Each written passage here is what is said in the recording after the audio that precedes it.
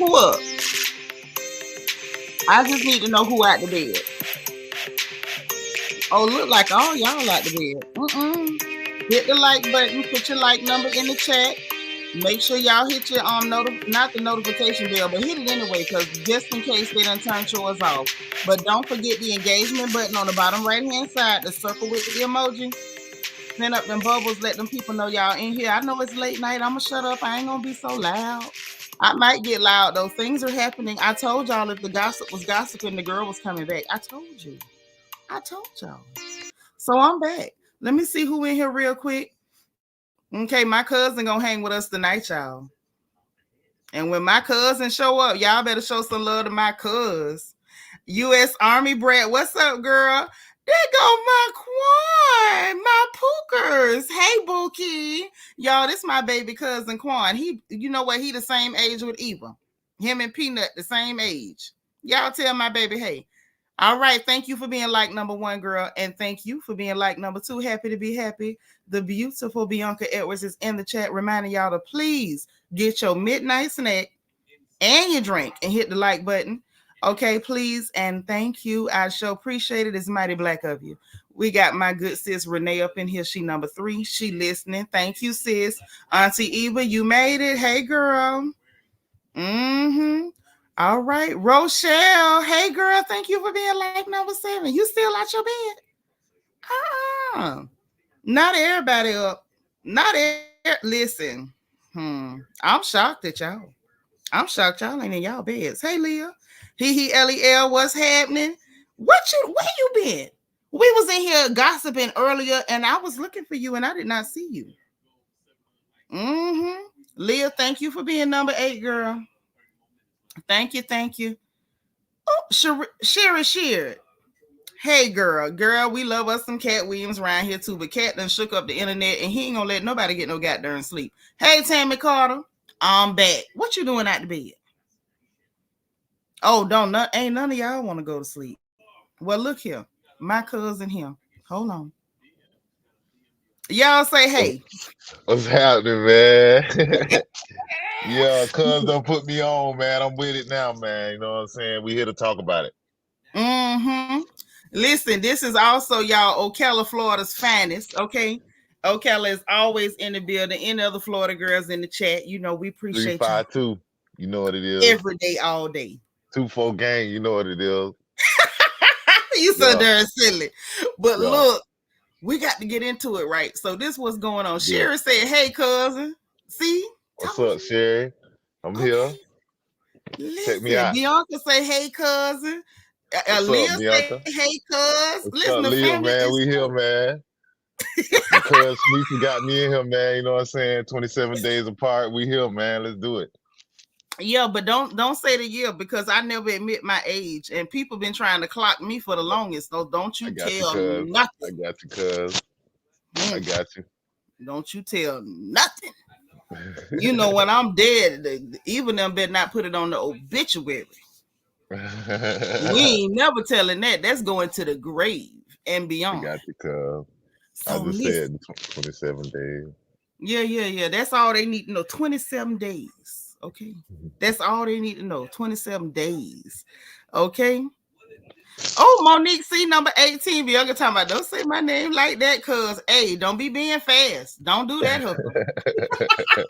I love you. That's my baby. No, I'm messing with her. Don't fall for me. Don't believe that.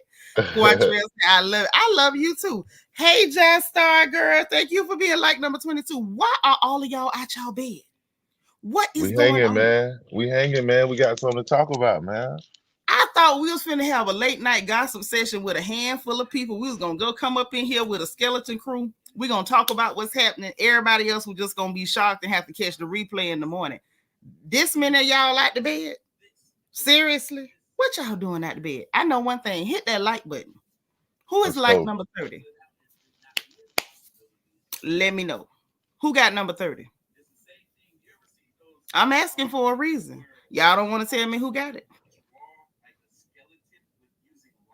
Okay, I see how this is. I put my cash app down then. Since don't nobody want to say nothing. Since everybody quiet.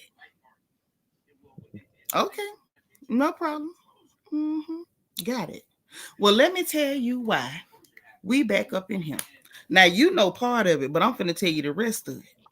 So, Jai, you in the bed? Okay, okay. Listen. So Gary Owens, the clear boy, the clear one. You know Gary Owens. You Yeah. Donnell. Yeah, I know Okay. Gary. You know I know Gary on. Okay. Well, Gary Owens done had something to say that pretty much confirmed everything Katt said. Like he act like he ain't know how to say it. La Chanel. Thank you so much for the super sticker. I appreciate the support. That's so sweet. And I love you. My first support of this stream. And that's everything. KK, thank you for being like number 24. M. Jones, you hit it at the same time, 24. She say, hey, cuz, you got a cool 2-4 swag. gang. 2-4 gang, you know what I'm saying? You know what it is. Yeah. Listen, let me tell y'all something before we get into Gary Owens. What y'all don't understand is we are two sisters' children. Mm-hmm. Yeah. So how many of y'all were here in August? And how many of y'all remember we celebrate Glow Day over here? Y'all was here for Glow Day. Bianca, you should remember Glow Day.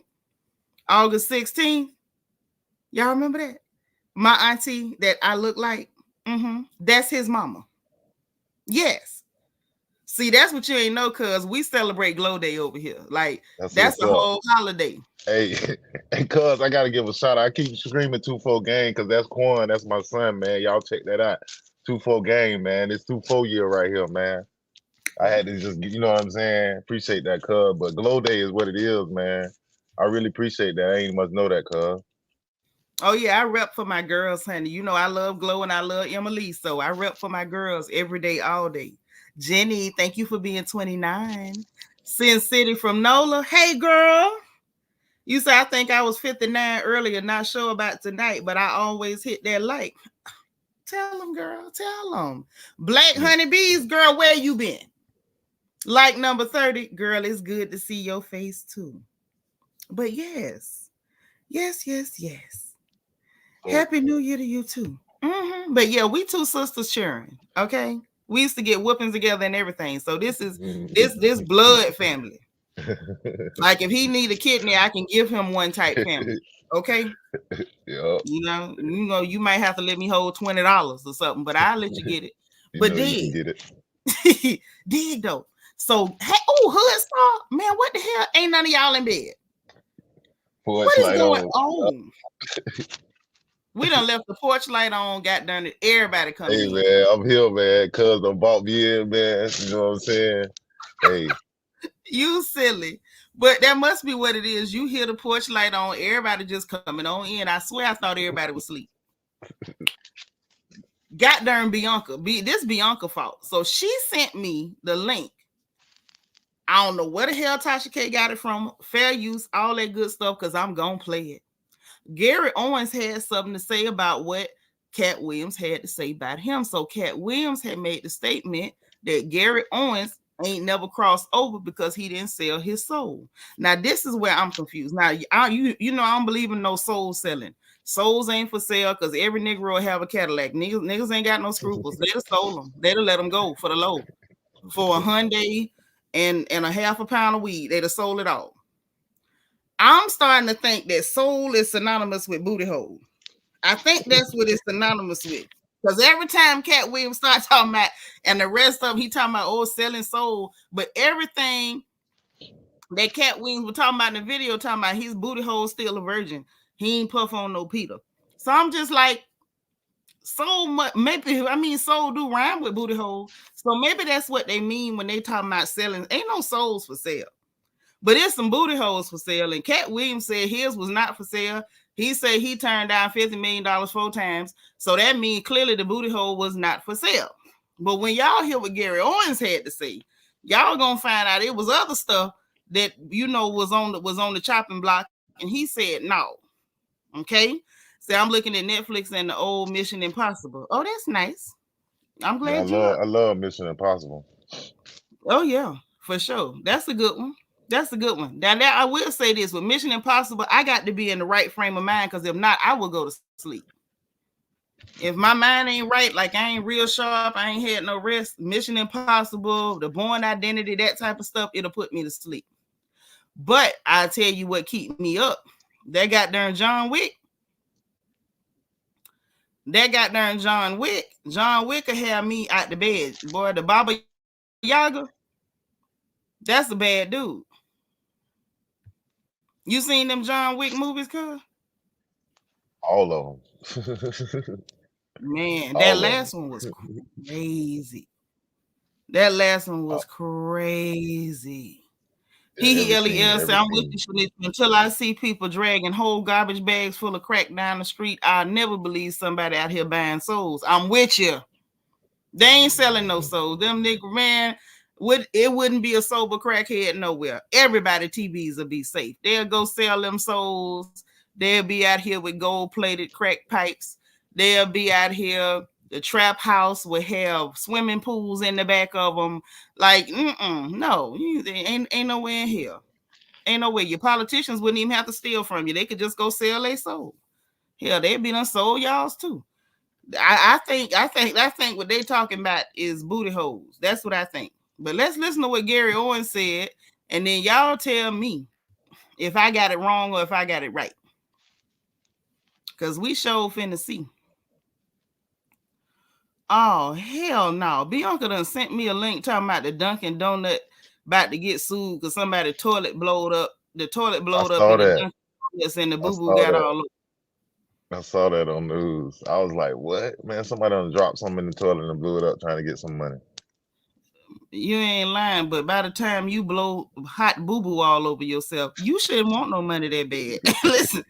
Hey, man, they needed it, boy. They had to, any means necessary, man. I'm finna blow this toilet up and get paid. Listen, I done been through some stuff in life. Life ain't that bad. Life has never been bad enough for me to cover myself in hot boo-boo. Hot boo-boo? Like, what exactly is going on in your life before hot boo-boo is the answer? What's happening in that all moment? in Dunkin' Donuts, too. Why you chose Dunkin' Donuts? And you know that the boo-boo in there is probably tore up. They drinking that old cheap rot gut coffee, eating all that sugar and stuff. Ain't nothing came out that toilet that's going to come off in one wash. You're going to have 12 showers with a cap full of bleach like we from Marion Manor. Ain't no way in the hell that's coming off you in no one wash. What is so bad in your life that hot boo-boo from Dunkin' Donuts is the answer? What is going on? Tell us. Start a GoFundMe. Start a GoFundMe.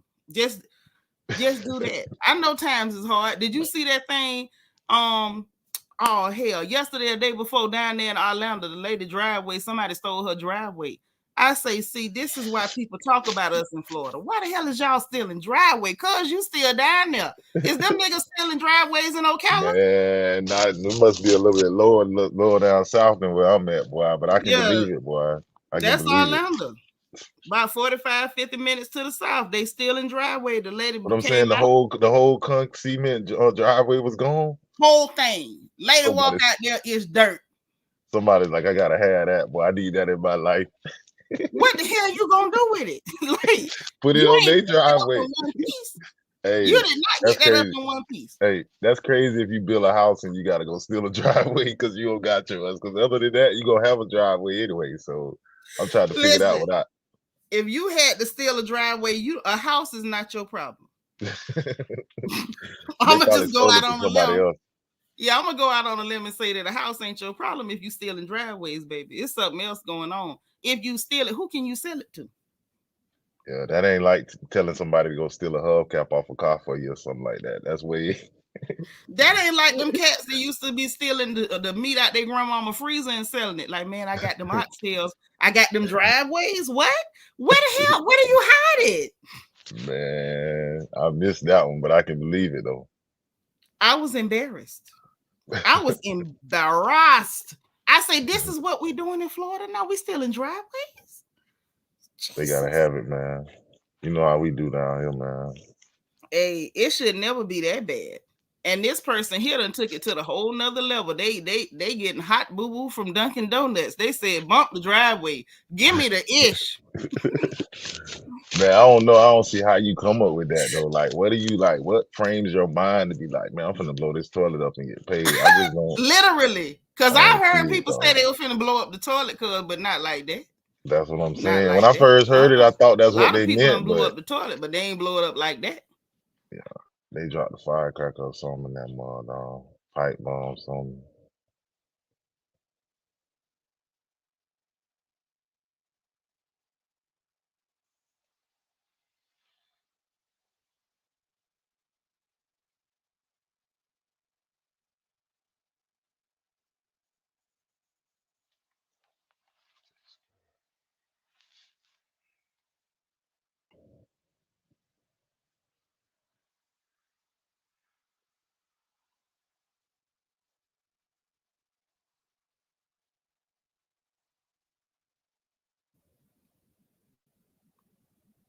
Okay, look like we back.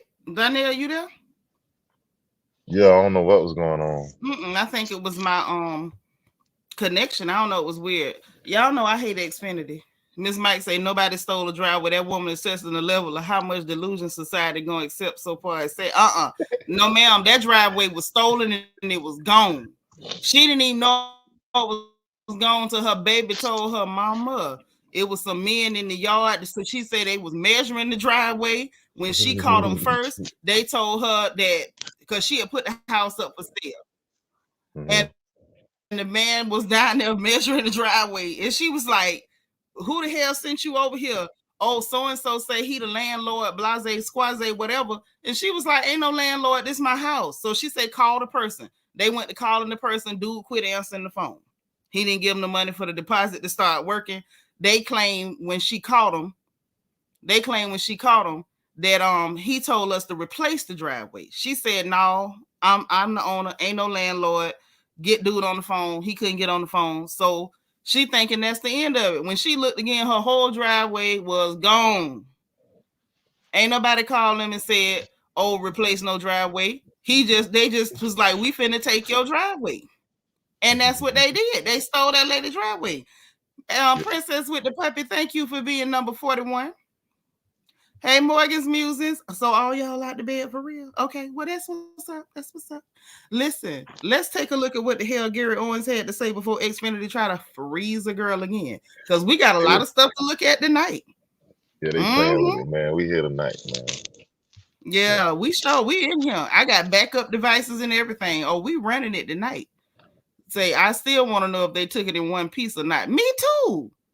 I'm like, I wonder did they back by 4 or 5 cars up there and just started putting pieces of the drive. I'm sorry. That thing worried me. Okay, so look, let me go and share the screen, y'all. Ooh, let me quit clowning because y'all know how I get.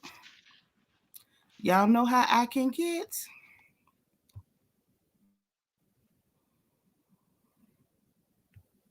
Okay, so now let's go.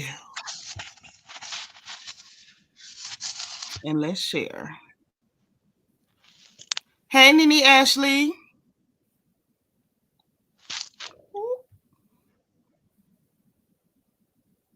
Hey, girl, what's up? Sweet beloved, you in the house too? Hey, now hit that like button and throw your like numbers in the chat now. Don't do me wrong. Hey, All About Eve, what's up, boo? You up too? Okay. So look, y'all inch up to your screen, turn your sound up because you want to hear this. I'm just telling you up front. Oh, y'all wants to hear this. You do. I wouldn't tell you nothing wrong. Y'all ready?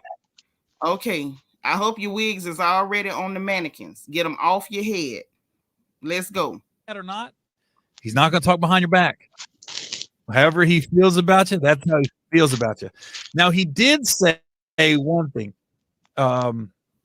He talked about Ricky Smiley, and he talked about when Ricky Smiley went on Club Shay Shay, Shannon Sharp's podcast, which is a great podcast, especially for, I know I'm a white guy, but for my demographics, and I'll get into that in a minute, what Katt said about me, but for my demographics, you know, Club Shay Shay, I'd rather go on Club Shay Shay than Joe Rogan. Even though, okay, I got to get into I got to unpack this podcast because Katt made a comment where he said, why you think Gary Owen, who's a white guy, has been doing stand-up for 25 years, hasn't crossed over. And when he said it, I was like, wait a minute, was that a good thing or bad thing? And I literally had to go to Twitter and start asking people, was I catching strays or what was that? And they was like, no, they were saying you haven't sold your soul. That's why you haven't crossed over. You've been consistently you, and that's why you haven't quote unquote crossed over. So I was like, oh, okay, that made sense. Mm-hmm. Now, I'm not gonna get into it, but I've been I was in an awkward situation one time where I can't say for 100% this person was trying to make me do something, casting couch type deal, but it felt like it. And I was like, is this that point where I've always heard, would you suck a dick for $1 million? Well, and I was thinking to myself, and I was in this office in this room going, well, this is I'm about to answer this question. Woo! And the answer was no, I wouldn't. So now I listen, I can't say for 100% that's where it was going, but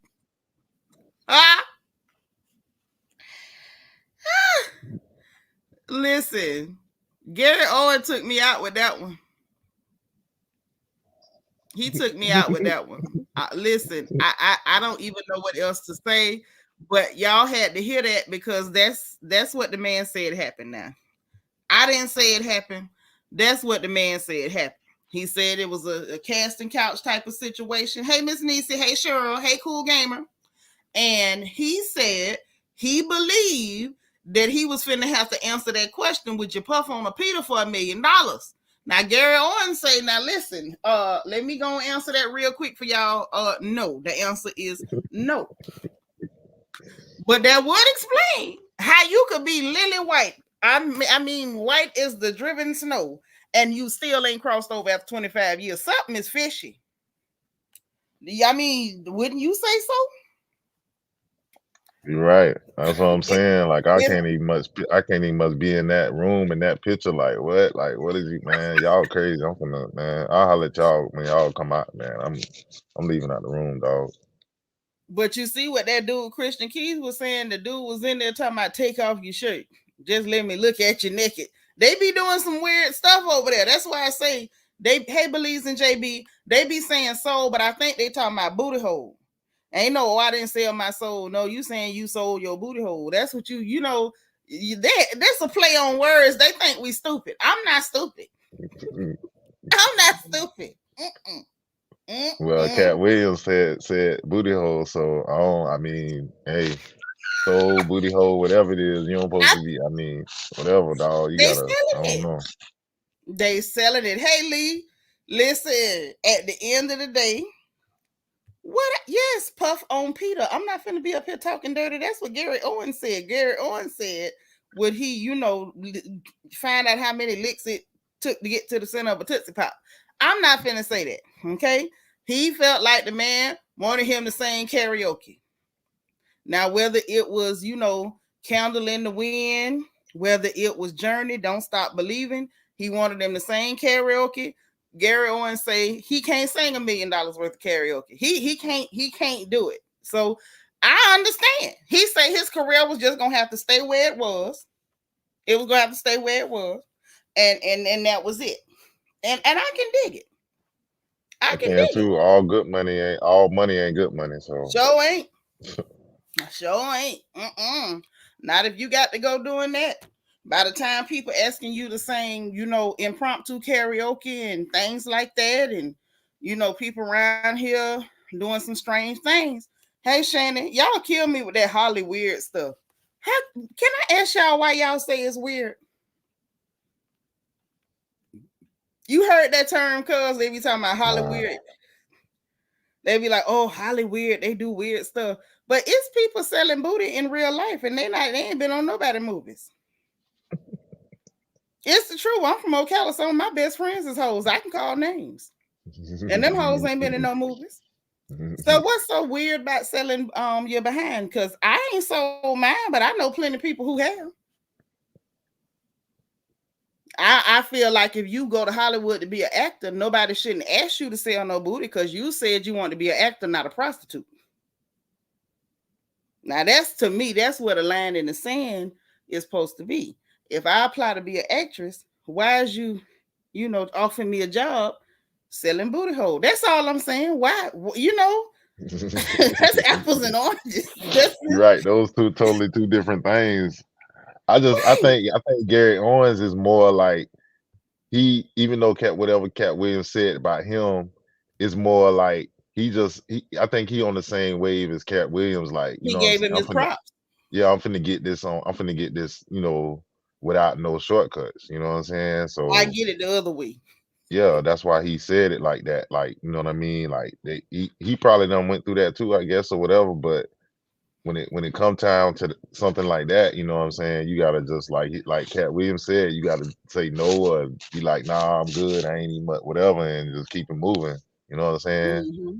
But as we can tell, it's a lot of people that'll do, some strange things, some strange for a little piece of change. That's what I was gonna say. You look at the words out my mouth. Sometimes it's for a big piece of change. It'd be a lot of money, on the table. Can you do it for this much? Yeah. And I'm gonna just say this. Lord, Lala, tonight already, instead of protect your neck, is protect your buns. Apparently it's protect your buns. I believe you. But that's what happened. So now that ain't all that went on. Gary Owens gave me the shock of my life. And I said, oh, they wanted Gary to sing karaoke. For shame. Now, we got to discuss what went on with Mark Curry. Now, y'all remember, cuz did you get a chance to see the whole interview or you just saw clips? No, I seen the whole interview. Okay. So you saw what he had to say about Steve Harvey stealing the entire Hanging with Mr. Cooper concept from Mark Curry. And he did. I had forgot about Hanging with Mr. Cooper until he said that. But when I thought about it, I was like, wait a minute, that was the same show. He just, switched it up a little bit. And I think that is what it is. It's facts right there. So you can't really, argue that. Yeah. We just didn't pay attention to it. It's like when we be talking about living single and friends. Everybody can see the difference. We see y'all stole them people stuff, and with Hanging with Mr. Cooper and on the Steve Harvey show, definitely some theft. U.S. Army Brat says she say it's more than selling Boochie Cat going on in Hollywood. You think they selling more than Boochie Cat out there? Y'all put a one in the chat if you think they selling more than Boochie Cat out there in Hollywood. Or Hollywood, or however y'all want to say. Is they sell because you think they selling more than Boochie Cat, or they just selling Boochie Cat out there? Man, it's hard to say, boy. Like I said, boy, anything strange for a piece of change, boy. I'm telling you, boy, you don't know. These days. I don't know. You might U.S. Army Brat might be on the something. It might be on the. We know they're selling more than that out there, but it's just like it depends on, I guess, whatever you into, I guess. I mean, they selling dope. They selling, pocketbooks. They selling, unwashed chitlins. They got people singing karaoke. All kind of little funny stuff going on out there. Okay. Shannon says stole the whole thing while wearing the man suit. I'm through. Or wearing the man unit. Talking about, you seen him talking about Steve Harvey wearing that lace front. That's crazy. That man unit. That's crazy. Hey, that's Andrea. Crazy. Thank you for being number 61, boo. Listen. Okay, so I see the ones in the chat. Everybody is saying they think they're selling more than Boochie Cat out there.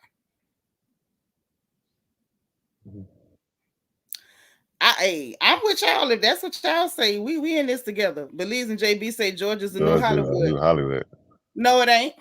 No, it ain't. Man. Let me help y'all out. See y'all talking because y'all don't know. I went to college in Atlanta. I went right over there to CAU. I'm a Panther. Now let me tell y'all something. Atlanta always been nasty. Atlanta ain't just get nasty. Y'all think Atlanta new nasty because people telling stories about T.I. tiptoeing through people coochies. Atlanta been nasty. When I was still young and fine, and we used to go to parties out in Cascade and out in Norcross, and it'd be about 1 a.m. People be like, if you ain't hunching, then you leaving. And I remember catching rides, car hopping and all, getting back to the West End, back over there to the dorm at Pfeiffer Hall, trying to get the hell from out there. Because they was putting people keys in punch bowls, and they had rooms full of reefer, they had rooms full of powder, and they had rooms with girls doing things that I didn't know the name for. Okay, because I'm from Ocala. Okay, We had regular hoes doing regular stuff. Atlanta has always been nasty. They confused the hell out of me. But I grew up quick. Yeah, I think Georgia. It's just one. I think Atlanta is like, you know what I mean. It is wild, but Hollywood just got way more money over there and way more. You know what I'm more saying? folks. Yeah, people like real so. strange. Yeah, it's. I mean, and we got people over there and everything, but it's just like, you know, it's just that's just the region that it is. Meek over there.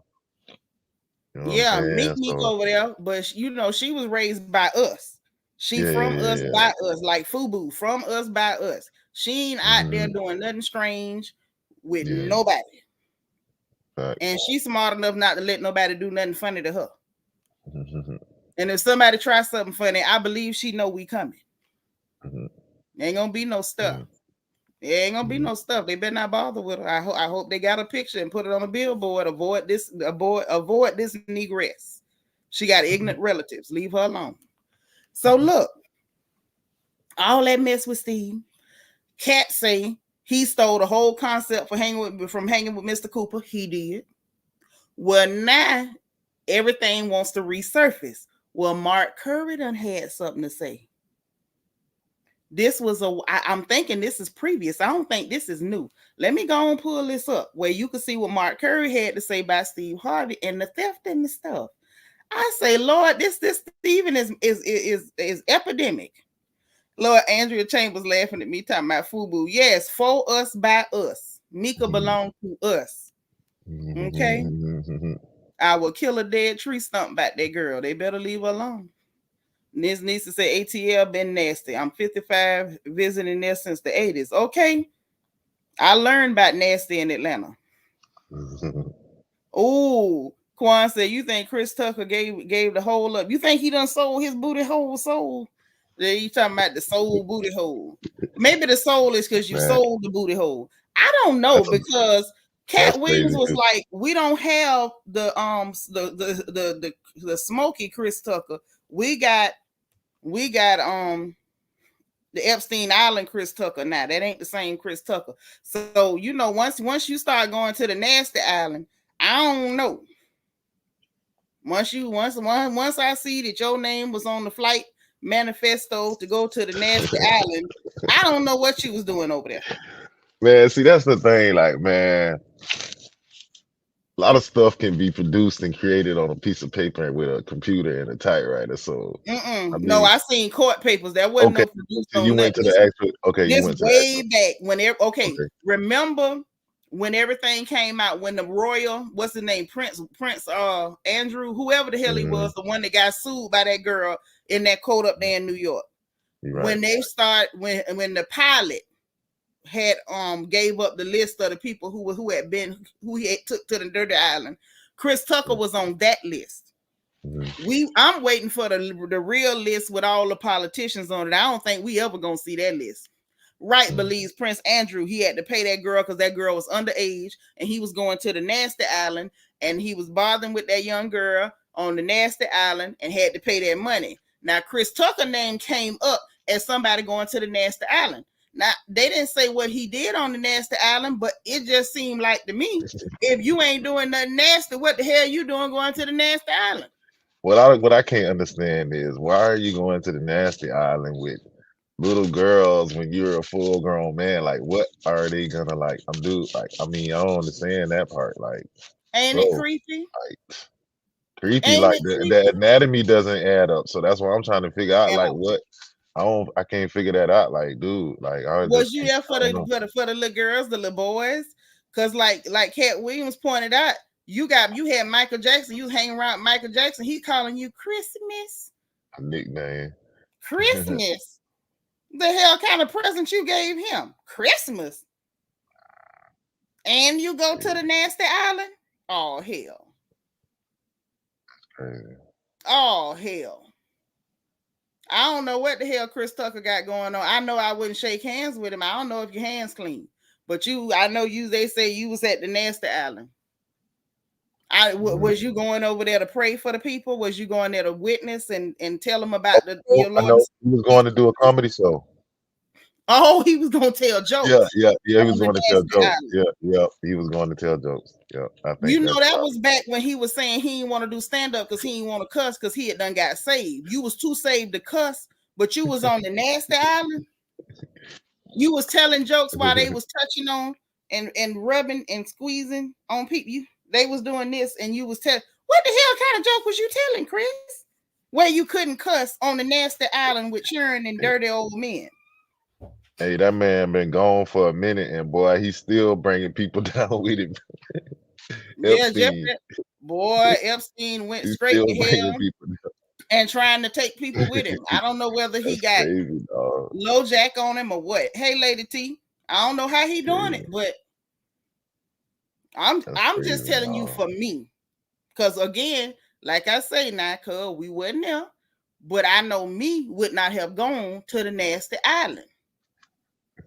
You slide up on me, hey, neat, you want to go to the dirty island? No, what the hell I'm going over there for? That's all I'm finna say. What am I going over there to do? Why would you do that? People, that just go to show you, like, you get too comfortable and be like, you know what I'm saying? That don't even must make no sense, dog. Why are you trying to, you supposed to be doing that, you know, with you and the person or whoever, the people, whoever you with versus like a whole group. Like somebody in the group ain't gonna hold up the secret.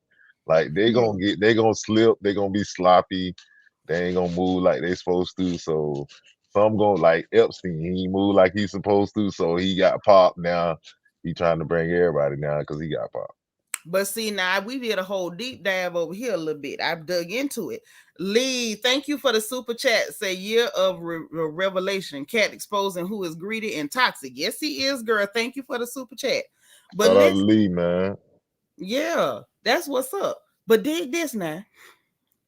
There's a group called Intrinsic Altruism that apparently Epstein actually belonged to. They be talking about Illuminati. EA. Intrinsic altruism is the people you got to watch. I got notes on that. Like, it's real creepy and jacked up. Some of y'all was in here. Y'all know I don't take down no videos. You can go back and find it. But anyway, he had been doing dirty stuff before. Some of his partners got jammed up, went to jail. He had connections with the CIA. He went underground. When he came back, he was connected to all the politicians. And next thing you know, he running the nasty island. Yeah. It's deep. It's deep and dirty. So, I mean, some of these even, hey, Ray, some of these darn comedians, let me tell it, some of them might be done made some deals with some of them people that like to go to the nasty island. So wait a minute. You named it Nasty Island? Because I'm trying to like, wait, I thought it was Epstein Island. Nasty Island. Y'all out there having orgies and touching on people and got churned, massaging grown, hairy, sweaty, funky old men. That's the Nasty Island. Yeah, he got popped. So anybody he bring down with him, it's a wrap.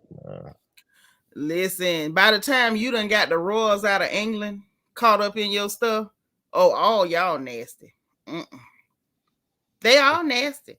And see, this is why I have a problem when I see us folks breaking our neck to be up under them nasty people. What y'all trying to be over there for? Y'all nasty too. And you know, regular black people be done thumped y'all in the back of y'all head, so y'all got to get around them people. Go on, just tell it. We ain't gonna say nothing. Well, we gonna say something, but go on, tell it.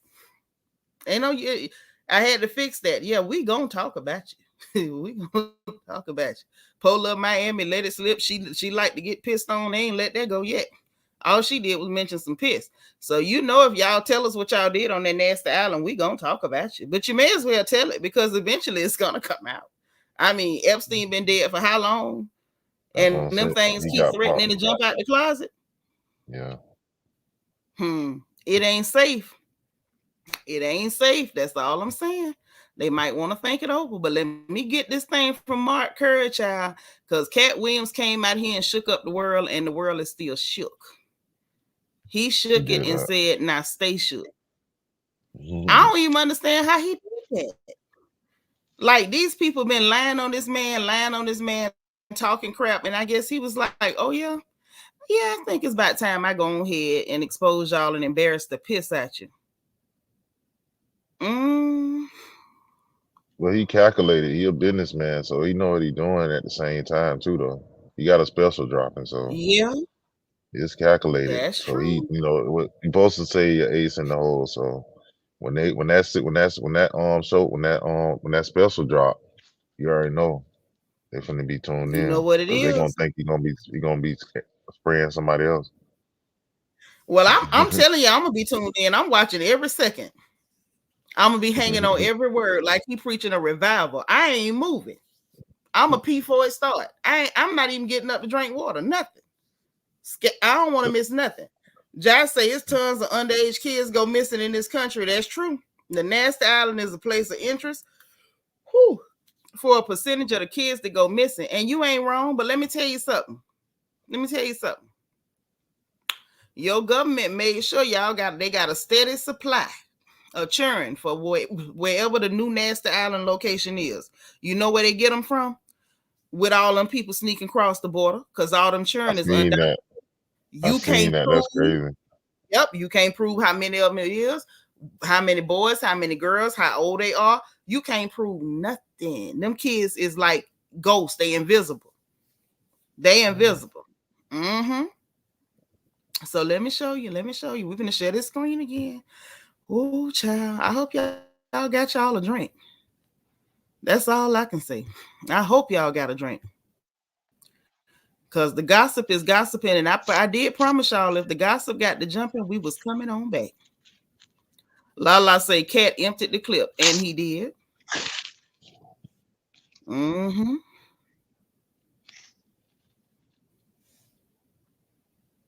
Emmy, you all right? Okay. Y'all forgive me. You know I be checking on children, y'all. I'm a mama 24/7. You know you gotta overlook me. Inch up to the screen, y'all. Let's get it. Let's go. Fair use. So tell me about said thank you. So what's up with you and Steve, man? I know with me. Well, Steve stole my material on his show, so I had a beef on that. On what show? When he was on the talk show he had, and he did all my Halloween material one Halloween. I'm watching. Somebody called me and said, "Man, homeboy doing your material." So he did my whole Halloween run. And I know he didn't think of it. And this is true stuff that really happened to me. Uh-huh. And so my thing is, you didn't have to do that, huh, boy? Right. So, you made enough money. Wow. You made enough money. You did enough.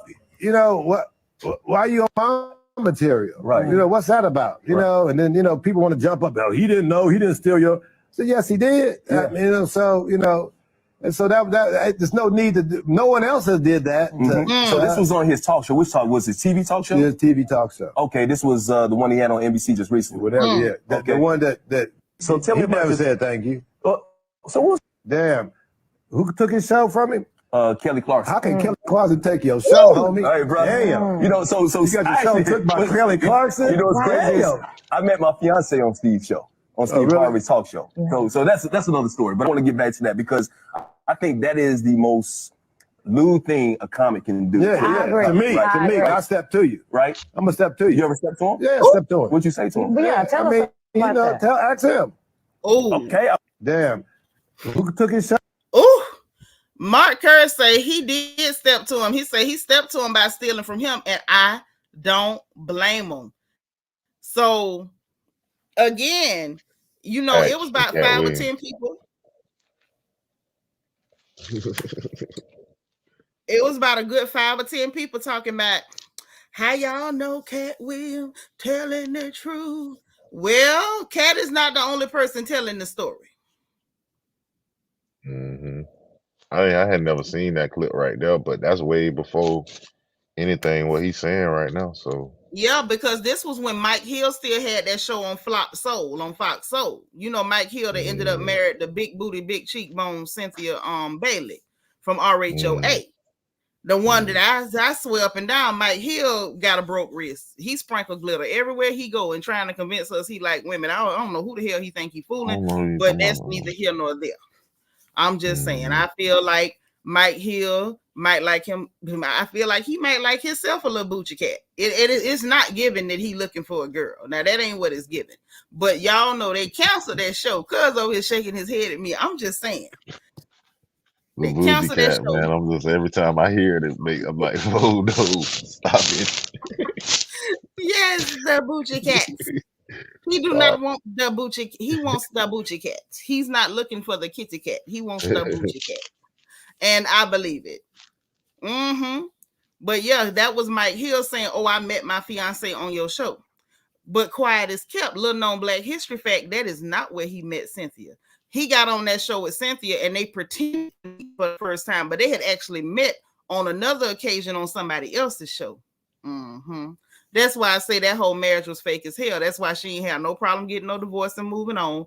Cheekbones, I think Cheekbones done got so old that she really don't care about men. Since you know, some ladies, you get to a certain age, we don't care about men after a while. And you know, she was on Instagram selling that dry coochie cream. I just feel like, you know, that part of her life is over. And that's just what that is. Why? What? She was over there Dry coochie cream. selling dry coochie cream. Man. For the ladies that's menopausal, like, oh, is it dried up? You know, you get you some of this and squirt that in there. She was selling the dry coochie cream. And I think that might be where she is in life. Like, we could laugh about it, but that's, you know, that's a part of life. Yeah, until you mention that, now I know what you mean now, like that. But the way you said it, I was like, wait a minute. That's a part of the anatomy of the body. So you know, and that's what happens with women. You get through that menopause and things change. You start growing a beard like Willie Nelson. You be hot and sweating when it's 10 degrees outside. You can't sleep. You getting mad. You pulling out samurai swords about your mail being late. And sometimes you need dry coochie cream. A lot of us do not. Hallelujah, Jesus. Thank you, Lord. But Cynthia was up there and she was the brand ambassador. I don't know that I could have been the brand ambassador for Try Dry Coochie Cream. I wouldn't have done it, but shout out to her. Amen. What I'm trying to say is this was an old interview because Mike Hill is no longer on that show. Mike Hill is no longer on Flop Soul, I don't believe. I don't even remember when it got canceled. One of y'all can, Lord Lala called a man Unmagic Mike. Yeah, they had a scene cousin RHOA. They gonna trot a bunch of women in there. Some of them women look like they didn't like men either. Just trotting in random women talking about, oh, Mike used to go with all these women. Quit lying. Quit lying. Mike Hill looked terrified with all them women in there. One of them had a strip down naked. You'd have seen that nigga jump up there and cling to the ceiling like Spider-Man. He'd have got up out of there so goddamn quick. All you'd have had to do to get rid of Mike Hill was show him a naked woman. That'd have been the end of it. I don't believe Cynthia slept with that man one time, but let me leave that alone. That's another piece of gossip for another day. But back to this here and the timeline. That's what I'm trying to establish, okay? Because he was still calling Cynthia his fiance at that time. So they hadn't even got married yet. And y'all remember, those of you who watch RHOA, when did Cynthia marry Mike Hill? 10/10/20, October 10th, 2020. That's when she had that wedding during the hurricane in that building. She had a reception with no food. The AC wasn't on, and it was a super spreader. Everybody caught the COVID. Y'all remember that? Yeah. I keeps it straight, cuz you know I'm good at gossip. Hey, Umi. How you doing, gorgeous? I'm just saying, y'all know I keep the time right. He was just a storyline, right? He was just a storyline for Cynthia, but she wanted that wedding to happen because she thought that wedding was going to keep her on RHOA, and it did not. They up in there sweating because you should have seen the pictures. They was online asking people if they wanted to come to the wedding and just wear black slacks and a white top and take pictures for the wedding because Bravo wasn't going to send no cameras in there. Everybody sweating, makeup running. And how you had a whole wedding reception with no food? They wilding.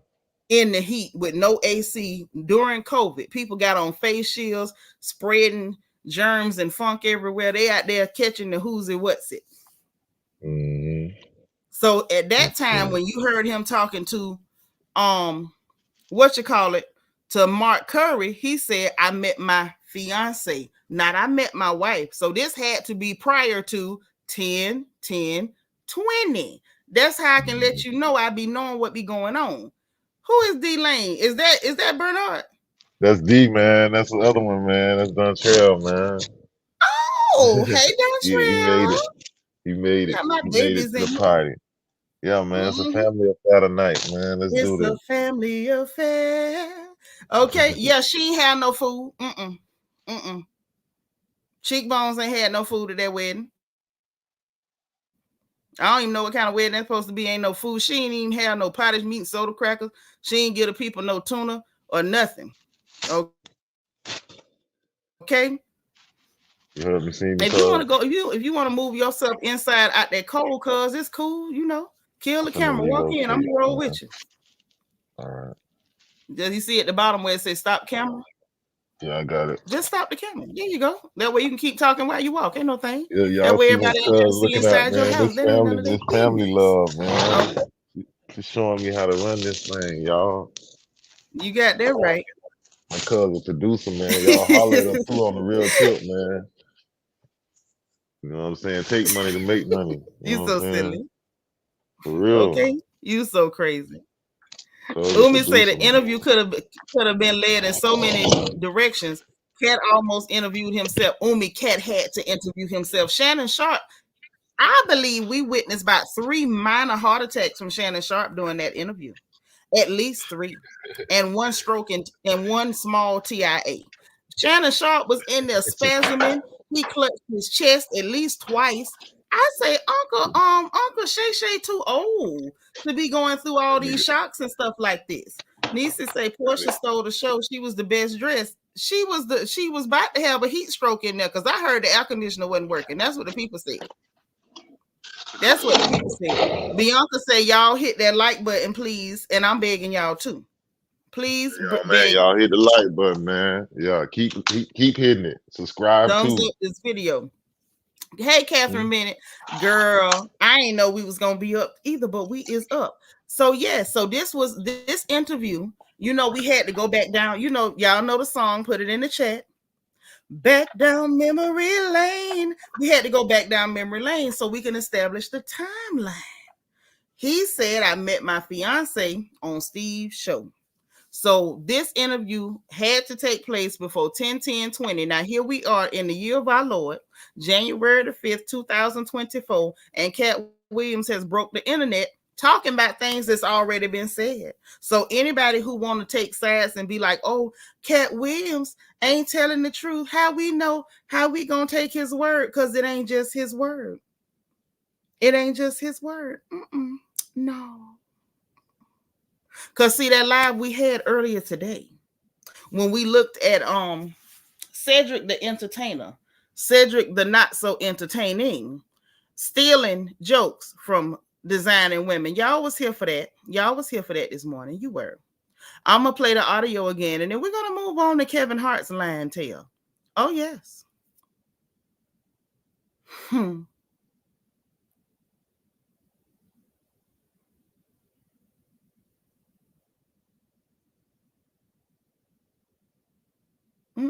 We finna get into it.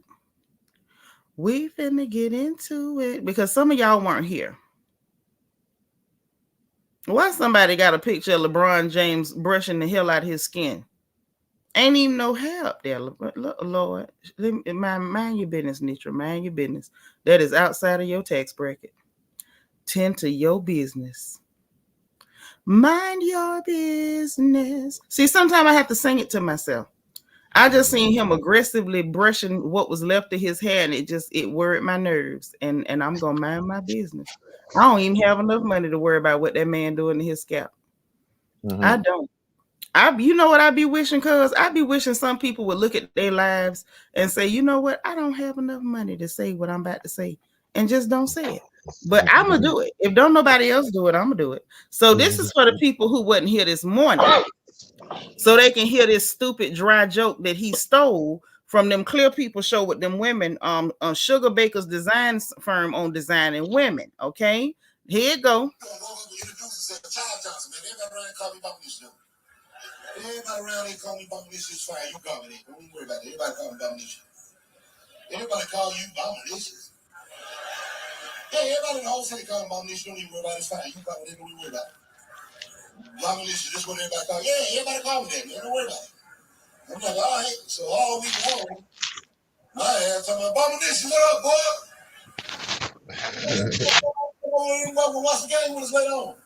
Hey, Mama, this run to the store, grab some beer, come on back. My cousin said, what you calling him?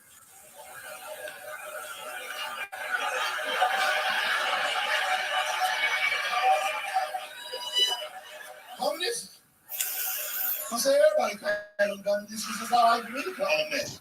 Like, no, man, his name's CJ. He's saying you can call me by my initials. That's what he said. The only way that I can answer that question. Now this is on the show. Fair use. Story. It's a true story. See, there was this white family lived in Mississippi, and they had this man who worked for them occasionally named Bob Initius. Now he did various small jobs for them on and off for about a week. One night he just finished bartending the party, and the lady of the house realized that she didn't have any money. So she said to him, Bob Initius, I want to write you a check, but I don't know how to spell Bob Initius. He said, well, I've been meaning to talk to you about that. See, when I came to work for you, I told you my name, and then I said, but you can call me by my initials.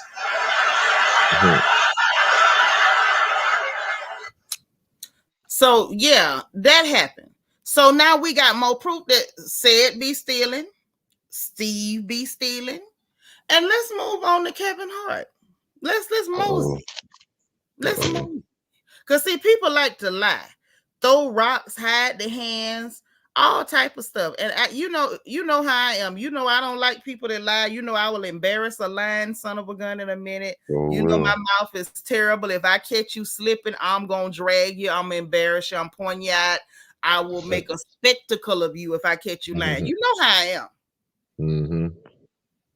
I ain't changed. Mm-hmm. Maureen said it. Once a proven liar, always a liar.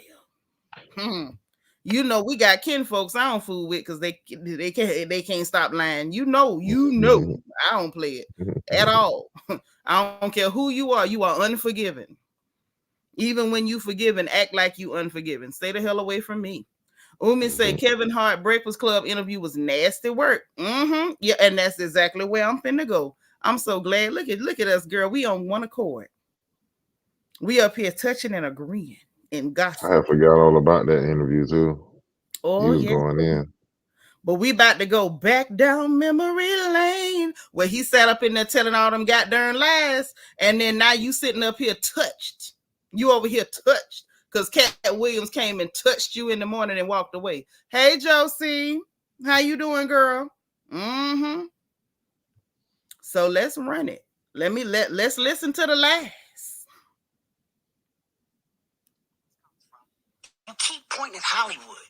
Hollywood this, the white man, this and this. When do you take responsibility for your actions?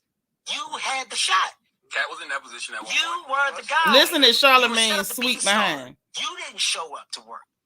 So that's facts again on what Katt Williams said. Trips that they had set up for you. You became a risk to the studios, which is why the studios stopped fucking with you. Why was he a risk? He chose drugs. Oh. Okay. Take responsibility. See, he chose drugs. Not that part. Not that part. I'm gonna come back and I'm gonna stand up for comedy. So when you say Tiffany Haddish doesn't deserve or isn't, she don't. And these other women have worked hard. They have. Shouts out to Melanie Camacho. Shouts out to Lunel. Shouts out to Leslie Jones, who are all underneath the umbrella of Katt Williams. Katt Williams, have you ever used your platform to fucking bring the people? You just said they was under his umbrella, so did he? Are they or are they not?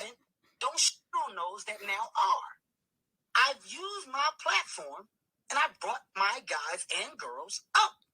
The brand of Kevin Hart is a brand that's expanded so far, whether you like me or not. My presence in comedy will forever be felt. I'm a fucking boss. No, what you are is a clown and a buck broken clown at that. Okay, that's why they have you sitting up doing all them gay jokes, bending over, acting effeminate. You buck broken. They did everything but stretched him out and tie him down over a log and let Massa run up in him with no Vaseline. That's the only thing they didn't do to Kevin Hart. You was a whole buck broken clown. Sitting up there, hey, Brittany Monet, yeah, Tiffany's a clown too with her ugly self. How the hell you gonna be that ugly and you ain't funny? Now, God darn it, that ain't how that's supposed to work. If you got a face like that, heifer, you supposed to be hilarious. Soon as she walk out on the stage, we ought to be tickled. Instead, she got the nerve to have a face like that and getting booed off the stage at comedy clubs. Girl, how? You should be able to stand still and look at the crowd and get a laugh with that face. Because y'all say what you want to say. Tiffany Haddish is listen, that's a strong situation. That's a lethal weapon. Is she giving Danny Glover? She's strong than a mug. That's all I'm trying to say. Lethal weapon 1, 2, and 3 right there with a mole on her face. But I digress. But gonna sit up there, Katt Williams ain't never helped nobody. Really? Is that where we going with this? Katt Williams ain't never helped nobody? Okay. Let's go back to the notebook because y'all know I got it. Because y'all know I believes in the truth. And I like to stick to what's real and what was said and what was not said and when it was said. Okay, let me get to the notes because Katt made it clear that if you say that he ain't never helped nobody, he said you's a fat Faison lie. Y'all heard him when he said it. Ain't that what he said, Carl? Yeah, he lied. That's what I'm saying. The timeline line up because even though Kevin Hart said, he didn't get the job because of drugs. To me, Katt Williams was like, he was up next. So when he said he had all them roles and he turned them down, that interview right there showed the timeline of what Katt Williams was saying. So, with Kevin Hart, that one is you know what I mean. We talked about this or whatever, but Kevin Hart, to me, he funny, but when it's just like when you find out about something and you know that the person is like, you know what I mean, you was like a fan of theirs, but then it can be an athlete or anything, but like once you find out something about them, that just lets you know that people are people. And you know what I'm saying? Just because you made a good movie, that don't mean you can't do nothing shiesty or do nothing that's whatever. So but I think he's funny, but with this new information, it's gonna make you have a different perspective when people in the inner circle of all that entertainment come out with stuff like this. So I mean, but see, this the thing that get me though. When it comes to Kevin Hart, it's giving industry plant. You were planted, honey. You didn't work for anything. Yeah. You went to LA. You ended up on a TV show and on Soul Plane in your first year. How much sense does that make? How does that work? He was on Paper Shoulders first, I think, though. Paper Shoulders with Freeway. That was the first, and then after that, then Soul Plane. So yeah, it was real quick, wasn't it? Yeah. It's like you didn't work for it; they just handed it to you, wasn't it? He was that's what that man said about you. Wasn't he in the movie that whatchamacallit made Chris Rock? The I can't remember the name, but I don't like Chris Rock, so I don't know none of his movies. What's the name? I think he put him in a movie. It was about he did like a comedy thing where like he was damn, I can't remember. I'm about to look it up. I think Kevin Hart was in that one though too though. Those are the first two movies, but okay, so we'll see though, because like Katt Williams say, like if Kevin Hart he got in that accident, they could have yanked it from him. Then he done did a couple other things, they could have yanked it from him, but they're not gonna yank him because that's their boy. See, Gary Owens say he had to try to figure out if he could they wanted to see if he could sing karaoke for $1 million. They wanted to see if he could woo, and he said he couldn't do it. It's giving Kevin Hart could very much do it. I mean, he already short. He didn't even have to get on his knees. Hell, man, see, I don't even much. I can't. I can't, man. Yes, you can. No, I can't. I'm just keeping it real. Like you sitting up here, you got DUIs, you got all this mess. You going to the court talking about your friend was trying to extort money from you or blackmail you because you was tricking. Hey, Dana Cutler on your wife. Then that mess got played all the way down talking about identity theft because you lying. Basically, that crap ain't happened. Now you trying to sue Tasha K talking about this lady asked you for $250,000. She owe Cardi B $4 million. Why would she ask you for $250,000? What the hell that's gonna do? Make a down payment on the money she owe Cardi? Why would she take a risk on going to jail to ask you for $250,000? That's 1/8 of what she owed to Bel Khalice, El Manzar. Hey, the movie was called Top 5 with Top Chris Rock. 5. Top 5 with Chris Rock. Okay, yeah, I didn't see that one, cause Chris Rock looked like that. He looked like that donkey from Shrek, real bad. His nostrils be disturbing me in my spirit. He ain't never said nothing funny. He's so funny looking. It's not even funny. It's disturbing. Pookie. Yeah, Forever he Pookie. gives Pookie, but it's Forever like Pookie. it's something about the quality of his skin. His skin has got like a grainy quality. It looked like if you walk up and touch him, it'll just start sloughing off or just running off him. I don't know. You're right. Yeah, it don't. You're right. I can't look at him too long. I felt like Will Smith was brave and bold to walk up and slap him because I wanted to check the palm of his hand after he hit him to see if anything came off. I've been thinking for years something would come off. I have. But I be thinking strange things sometimes. I could be wrong. But I really, personally, I wouldn't put my hand on Chris Rock. So I don't like to watch him because the way he looked, it disturbs me. It really does. So hold on. I'm nothing. I'm just a regular old comedian. I'm trying to get to. Steve told you that he stopped doing stand-up. Look, I will have to say what I have to say. Have you ever been on tour with any of these guys? No, that's 20. Let's go back. I'm trying to get. They rock with who they rock with, and here in LA, he had his own sitcom on network. Okay, now. Special about the Comedy Store and Fat Tuesday, where he said that Steve and Cedric, fair use, y'all, and Tiffany Haddish came through there and made all lies. Steve and Cedric never performed at the Comedy Store at all. Tiffany was only seen at the lab, never getting a standing ovation at any comedy club. He already had it. Has a memory of going to a sold-out Kevin Hart show, there being a line for him ever getting a standing ovation at any comedy club.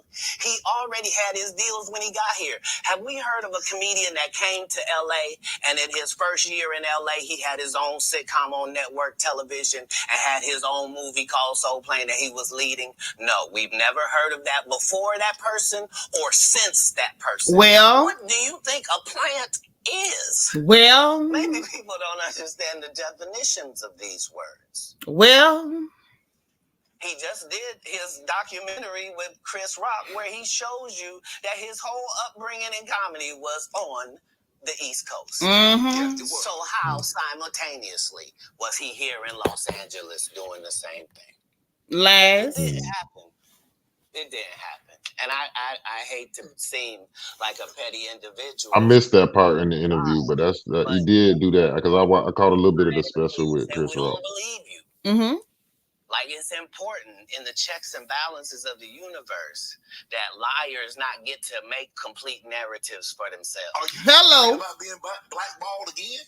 These are some power people. What do you mean again?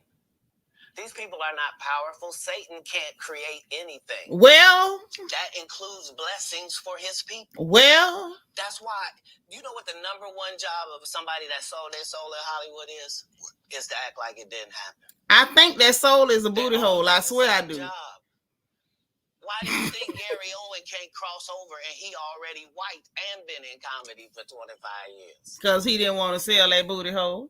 I don't know why they keep wanting to say soul. They just call it what y'all talking about. His career did the same thing that Katt Williams did. It stalled out. But Katt Williams ain't stalled out when you got an 8-figure deal with Netflix. I mean, as far as like the mainstream movie and all that and things like that. Because if you think about it, Gary Owens had a chance. He had a chance to hit, like he hit a couple movies, and then he could have went to that next level of movie. He didn't want to. Exactly. If he could have stalled out for the right reason, though. Like Katt said, like but no Katt shortcut. Williams ain't never stalled out. The money kept jumping. When you get an 8-figure deal with Netflix, every time you drop a special, you got an agreement with these people. That's not stalling. Like, think about it. Think about what we just seen in social media, right? You got Taraji Henson talking about, oh, we underpaid. They always underpaying us. Okay, I feel for you, sis. But when Monique said the same thing, y'all didn't give a darn. Y'all left that sister sitting out there on a limb by herself with Steve Harvey talking about, Massa gonna get you. You got to go alone to get along. And just tap dancing and shuffling. It was a coon extravaganza. Now, they don't pay us right. So what the hell good do it do?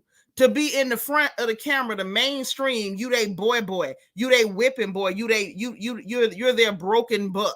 So you in movies not being paid like your white counterparts, or would you rather keep your booty hole intact?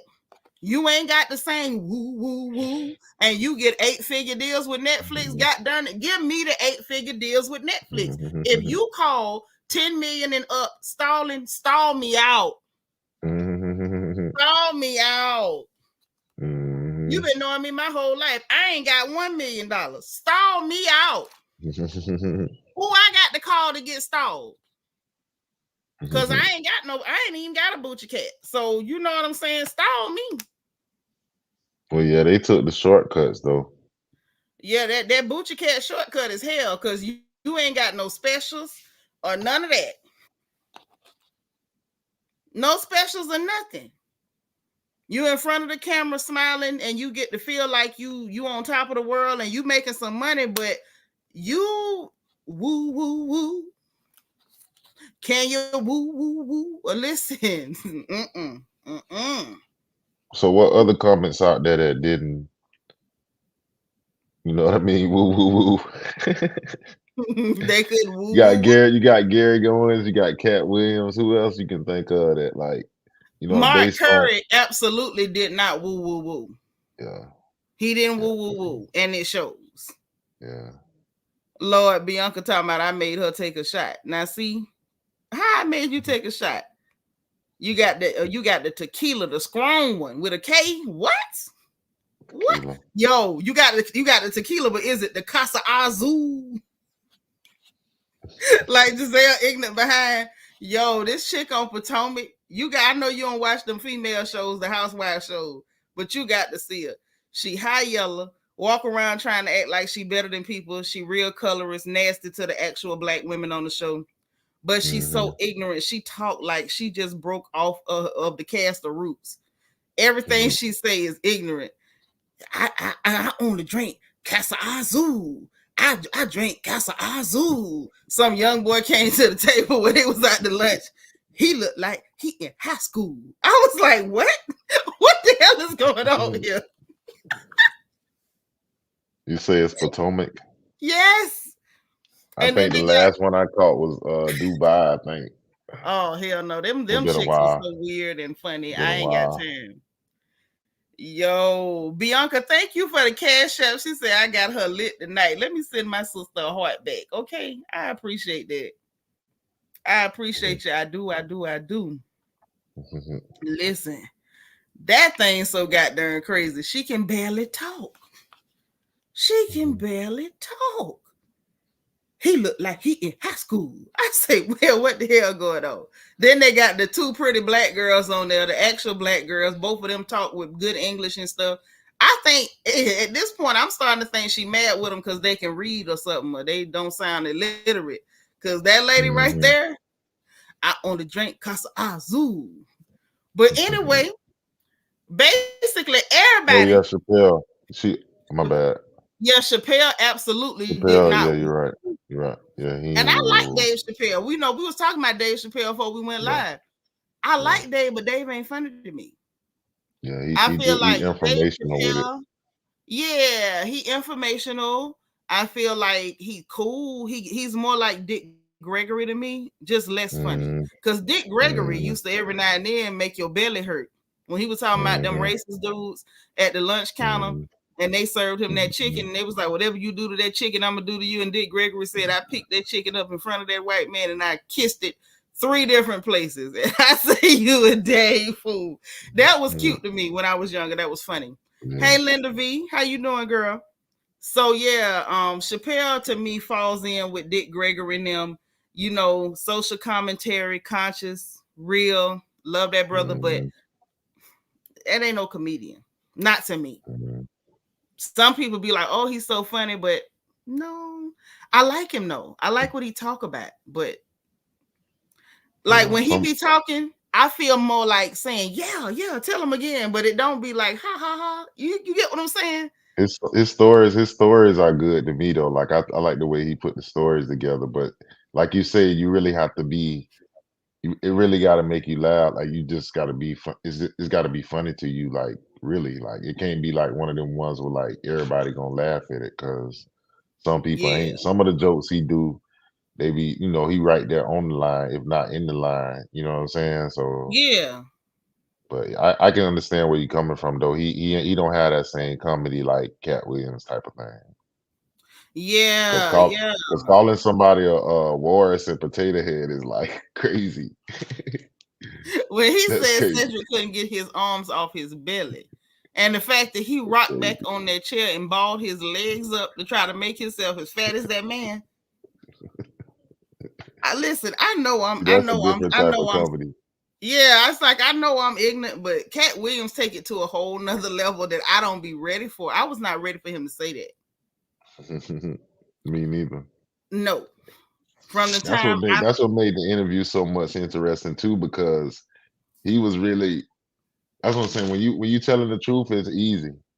Like Cedric Entertainer, you ain't had that clip, but when he finished it, we talked about this earlier. Like when he first responded, he said at the end of it, "I believe that to be what it is." Like, wait a minute, like, bro, like you believe it to be. You believe? Why you ain't just say that's what it was? That's how it happened. Why you believe? So you recall? Like you really don't. You saying you really don't know, or you not sure, or what? You lost me, bro. With that, when he responded, I was like, oh yeah, this is. And he was the first one I seen. So everybody else like that is like, man, y'all just from the line on Ricky Smiley. You got your manager on the radio trying to back you, and everything you said was what Katt Williams said. So that's another fact. So I mean, he in the circle, so he know, you know what I'm saying? It's two sides to every story, and it's just the other side right here. But and the thing is, but like Katt Williams says, God's side and the other side. Like them the only sides. Yeah, like you sitting up when you telling lies, you are not on the side of the angels. And the fact that Ricky Smiley sat up there, and did you see the way Katt Williams was roasting Shannon Sharp, and Shannon didn't catch it? Because he was like, you let him sit up here and tell that lie, and you talking about that nigga. He was looking him right in his eye too. Yes, he's talking about you sitting up there talking about he stole your part. I say, why would you do that man voice in front of him? Like I imitate people's voices, but I promise you on mama, daddy, and everybody, I ain't never imitated nobody's voice in their face. I ain't never done that. That's some wild crap. And Shannon Sharp is a big dude. I would not have done it. I'd have held that joke till I was at least 4 to 5 miles away from that man. I'm not looking him dead in the eye too. And kept leaning forward, getting close to him. And he talking about you sitting over there talking about he stole your part. I said, oh my God. He put the quiver in the voice and everything. Man, I went back and watched the Ricky Smiley one. Man, that nigga was stuttering. He was stuttering in between that question like 5-6 times before he got the answer out. I was like, damn, Katt Williams was right. This nigga lying. Yep. This nigga lying. This nigga what are you doing, bro? Just say it. He up there like somebody got a turntable going like somebody scratching. Nigga, spit it out. Like, what are you talking about? That was crazy, boy. Yeah, but hell no. We talking about this, but what if all of this is planned by all of them, so all of them get, you know what I'm saying? Like, you don't think, nah. They did not plan to get roasted as bad as Katt. Ain't nobody playing for Katt Williams to go scorched earth. Katt Williams went nuclear. Katt Williams turned around and just dropped the Hiroshima bomb like 30 seconds over Tokyo. Faison ain't even must respond, nigga. That nigga can't even respond. What can he say? Hey, he say how many specials, boy? I ain't even much. It's Shannon Sharp. It was funny, man. I ain't watch it. Shannon Sharp talking about some, man. You got to give Big Worm a break. Give him a break. Katt talking about you have an unusual, what do you say? An unusual allegiance to losers and it's not like you. I said, what?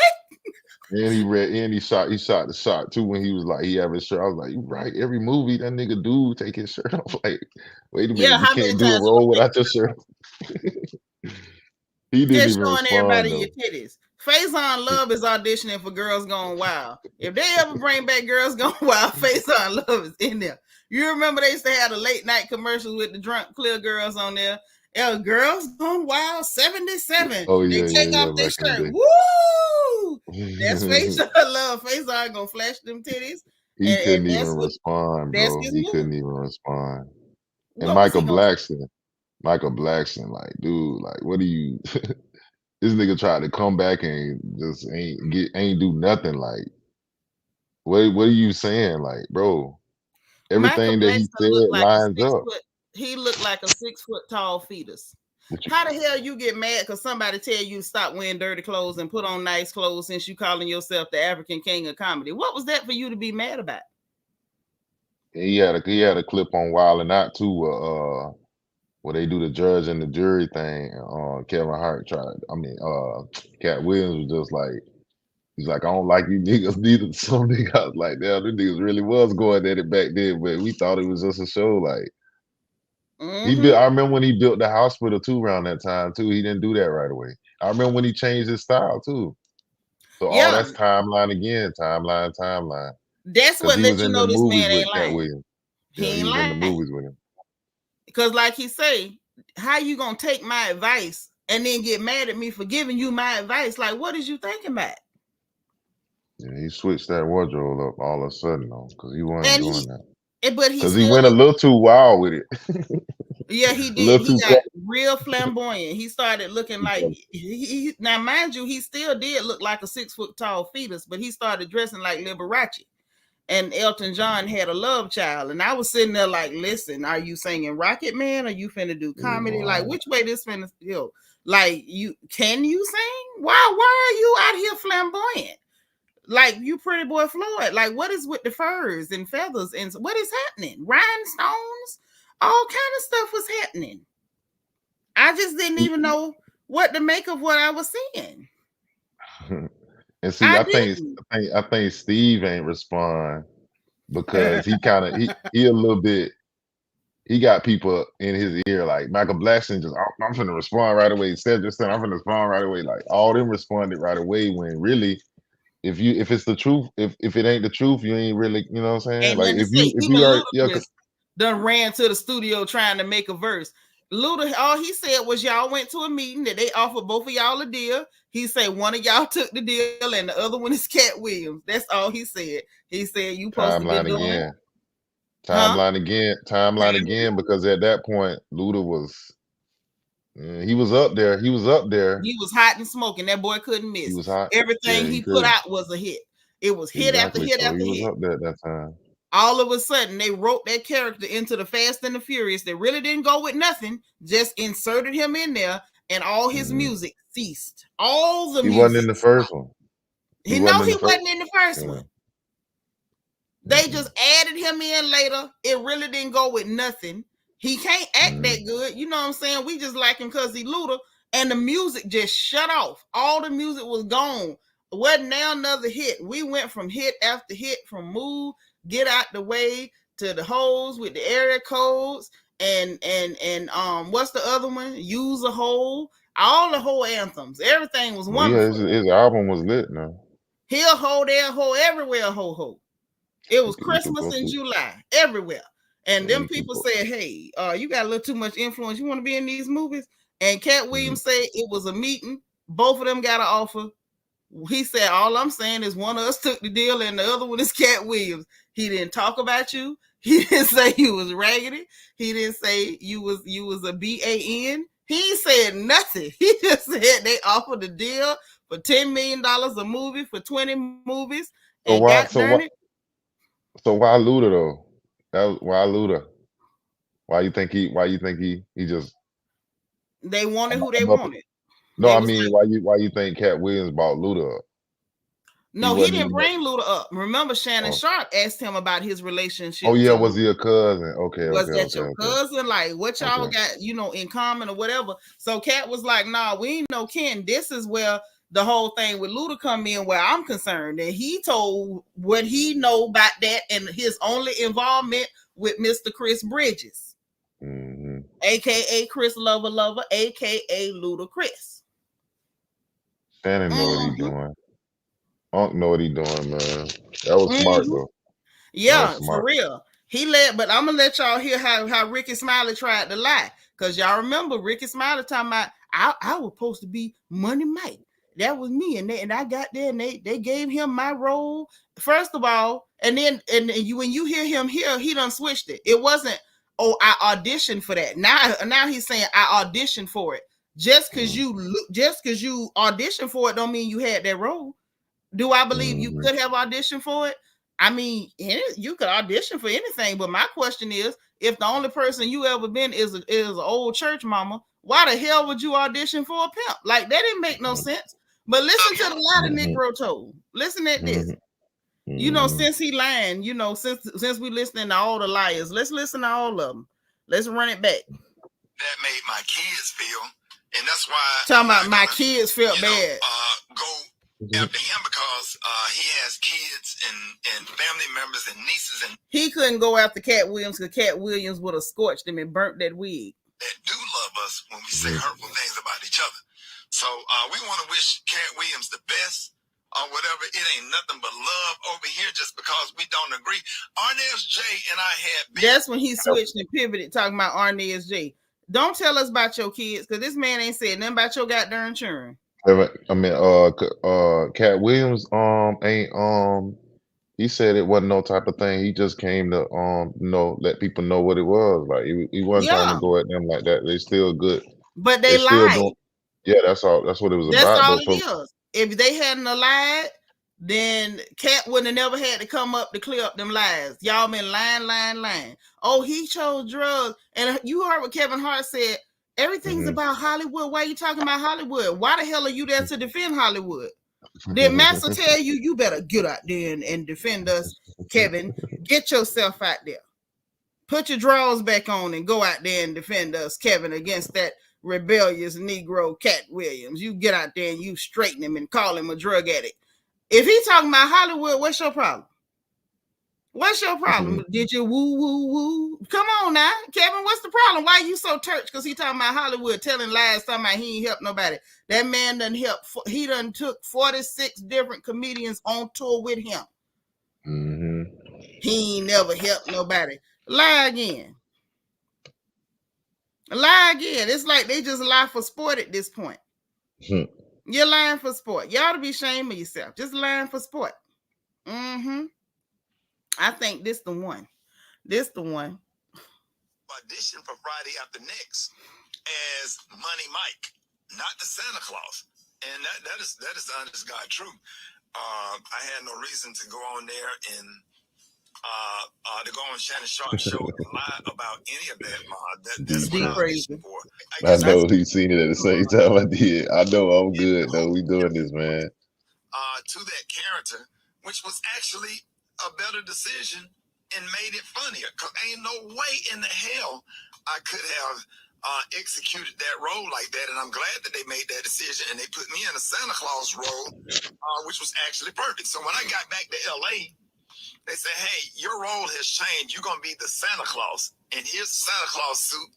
Put it on, and here's your lines." Again. Went over the lines, went over my stuff with Cube, and the rest is history. Had no reason. I just want to clarify that. Had no reason to lie. I went out to audition for Friday After Next as Money Mike, not the Santa Claus, and that is the honest God truth. I had no reason to go on Shannon Sharp's show and lie about any of that. That's what I auditioned for. I get by that, and then there was no contract ever that. In agreement with the first Sunday movie, because that was a whole different production directed by who just directed my Netflix special, David E. Talbert, about It don't matter, bro. You had on the dress. It's gonna line up to what Katt Williams said. It Whether line it's up. lined out. It not a bit of straight, but Of it my line work up. for a long time, and it was like, we want you to play Bernice Jenkins, and you know, and here you go. Let me tell you something. Ricky Smiley don't know why the hell them people said play Bernice Jenkins. Katt Williams said he wasn't gonna never be in a film with you again unless you was in a dress. No. And if they wanted Katt Williams, you was gonna have to be Bernice Jenkins, Cora, Eula May, Jesse Reed, or somebody, because you was gonna have to put that dress on. But I thought he did try to do Money Mike, but Katt Williams said that because he that ain't how I missed that in the interview. No. Katt Williams said that he was audition number 201. There was 200 other comedians that all auditioned for Money Mike. Ricky Smiley would have us to believe that he had went out there and he left and he wasn't even in LA no more, and he already had the role. If you had the role, sir, they would not have still been auditioning people. You are a liar from the pits of hell. What was even funnier with the lie he told was him saying that the Money Mike wasn't supposed to be a pimp, that Katt Williams is the one that made Money Mike into a pimp. And so I asked the question earlier today, if Money Mike wasn't supposed to be a pimp, what was he supposed to be? Because with a name like Money Mike, you're either selling drugs, you are a stripper, or you are a pimp. Now, which one of them could Ricky Smiley play? Imagine Ricky Smiley trying to be a stripper.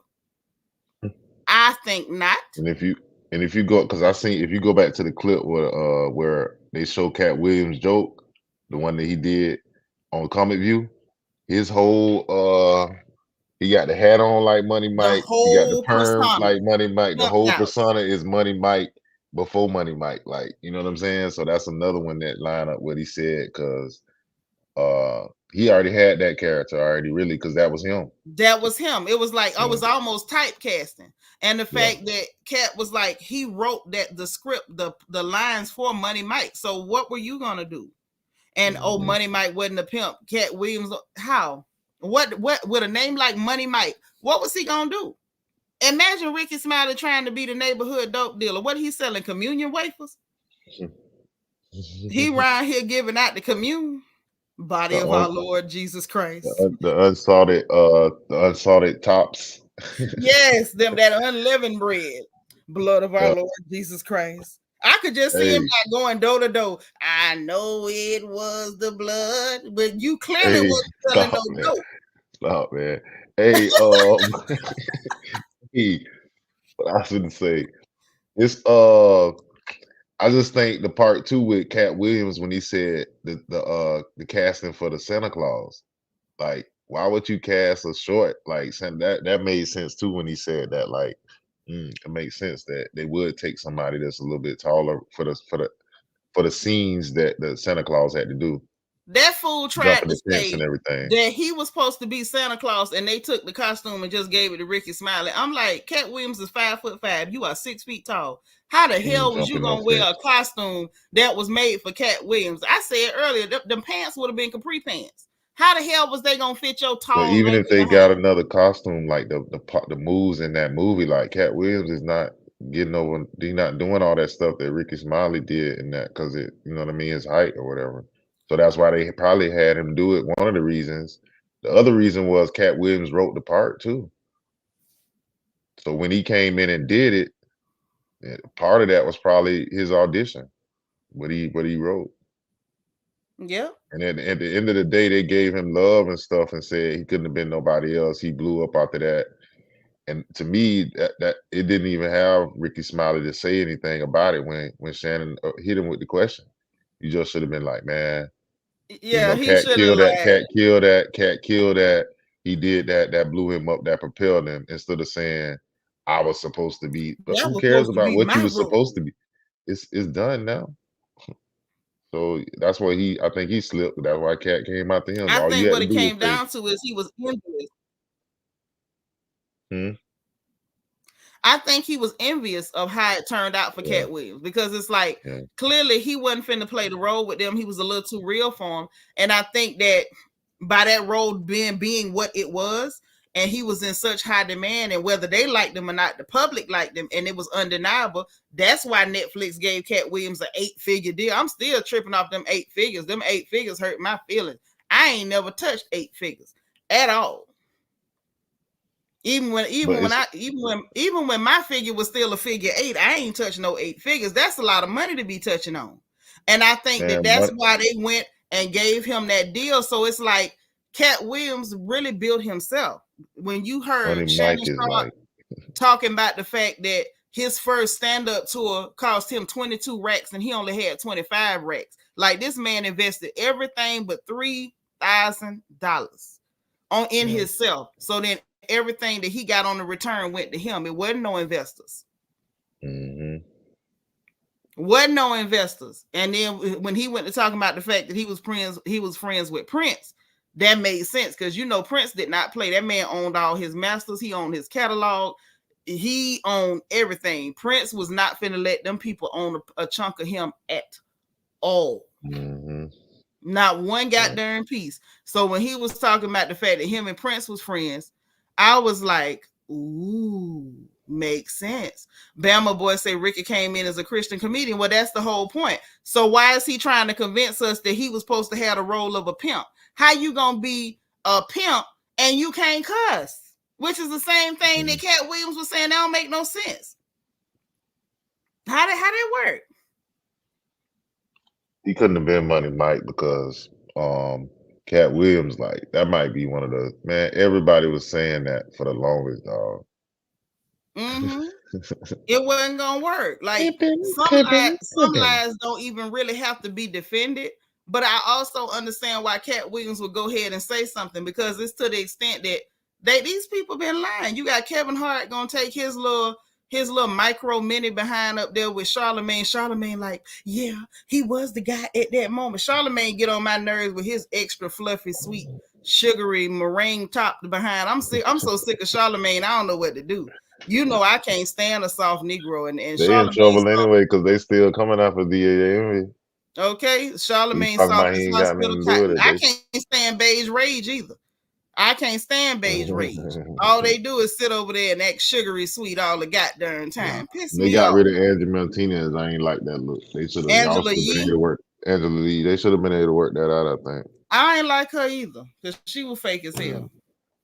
That's the fake. So to me, with her being a part of the Breakfast Club, they hold production or whatever. I just think it would have been better with her still there. Then again, hey, Jenna Harris. No, I say the way I see what you're saying. Like, I'm not really like crazy about her, the way she presentate, but I'm just saying they hold everything together. I like that her voice involved with theirs. With them two, it'd be kind of like, I get what you're saying, but she irritated me so bad being phony. Like, she was so phony. Like, people had to check her so much, and I don't think they did get better getting that Just Hilarious girl. Yeah. Because I don't like her either. She's the type of girl that'll sit up, crack jokes, and then when people check her or they feel away, she start lying. I never said that. I don't know what you're talking about. Tell me what I said, girl. You know what you said. You know. Yeah, they might have missed with something. I like Just Hilarious because she, you know what I'm saying, but she right. So to me, like it's kind of like you could tell a joke, but you got to have a bottom. And I don't think I don't like her energy, because especially when it comes to other sisters, she'll go all the way in the gutter. And I don't really. I feel you with that. Yeah, and I'm looking like I can see where you're coming from with that one. Yeah, and I be looking at her like, girl, women have to defend you too much for you to do that. Like, you not in a position to be going all the way to the gutter on nobody, Jess. You got mirrors all through your house. You know why we have to constantly defend you. She's not on there every day though, is she? Yeah, she a permanent member now. Oh, I tell you how much I watch it. She a permanent member now. That's why she went to line when Winnie Harlow was like, she said something about my skin, I'ma bust her up. I think Winnie was playing, but Jess went to line. I ain't never say nothing about her skin. This is weird. And you know, the internet never forgets. They went and pulled that one of her little Jess with the mess segments where she calling the girl Patchy Matchy. And it's like, oh, you ain't say nothing about her skin. You sure? Are you sure? Because you know by next week, we're going to have to defend you again because somebody else going to call you a man and we're going to have to come right back out and defend you again. And we're going to have to put our black berets on, our afro picks and our fists in the air. Stop calling one of our sisters a man. Because that's misogynoir. We're going to have to be out there on the front lines just trying to defend the fact that you actually are a woman. But you sit up and say stuff that you shouldn't and then go to lying. I don't like that. You know what I'm saying? Because we got to defend you. We got to. We ain't got no choice because you a sister like we're a sister. We got to defend you, but stop lying. God dang. Either stop lying or stop saying stuff you can't stand up under. Because you know my mouth. My mouth been the same. Don't you tell them how many years, but you know you can attest to the fact my mouth been the same my whole life. Forever. Has it not? Forever. It has never changed. This is not an act, guys. This is the true Seanitra. I gotta grab my charger right quick. Go get your charger. But my whole thing, I'm sure you can hear me. My whole thing is, I feel as though if in fact you gonna say something, stand up under it. My mouth ain't never changed. God knows I'm liable to say anything. I'm liable to say anything. But I can promise you, if I said it once, I'm gonna say it twice. If I say it once, I sit on your lap and repeat it. I can always chew my tobacco twice. Mouth greasy, hands speedy. I'm a true Ocala. I don't care nothing about it. Either which way you want to do it. But what I don't like is don't shoot off at the mouth and then turn around and the minute somebody say, hey, you said something about me, I never said that. What I said. Main block music, how you doing? What's happening? That's the part that I don't like. Like, what is all the line for? Bama boy, like, I think I like you, but I don't know what you're talking about. YouTube, the next Hollywood, stay woke. This is not Hollywood. These is Negroes in their own goddamn houses, okay? This right here is a Negro from Ocala that is currently in Shreveport. That is a Negro from Ocala that is currently in Ocala. And we is not in Hollywood. Two, man. 2 for the game, man. You know what it is. Hello? This block. You know this is Florida all day. We from the other coast all the way around. We from that coast where y'all sit up and talk trash and act like we ain't part of America. Everybody got jokes. We supposed to be the craziest, wildest people or whatever. But at the end of the day, most times we usually 9 times out of 10, we gonna call it like it is. And ain't nothing Hollywood about us. Nothing. You know, man, cause man, we had a little conversation earlier. You know what I'm saying? We wanted to talk about it. I wanted to talk about it because you know what I'm saying, invited me to her live, and that's all it is, man. We just trying to, trying to get to that bag just like everybody else. So yeah, but the thing is, it's like I feel like people get to tripping. Cause it's, Phil said it's more than one way to skin a cat. If you need to get your money, get your money. But it's got to be, you got to have some lines you don't cross. It's got to be some stuff you don't do. It's got to be some stuff you don't do. And so when you have people and you on platforms and you talking and you running your mouth, you cracking jokes, it is what it is. Have some lines you don't cross, not for nobody else, but for you. So you could say you got some type of standards. And then if somebody come back and say, did you say yes?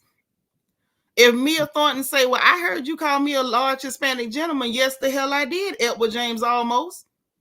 Anatomy is anatomy. You can't run from it. But I got a big head, so I mean. Now get this, when it comes to Mia, now she gave birth to children, so she say, I believe they hers, but she looking like a man. So if she ever slide up on me, you look like a dude. And I'm gonna say, yes, I said it. I'm not gonna say, well, what did I say?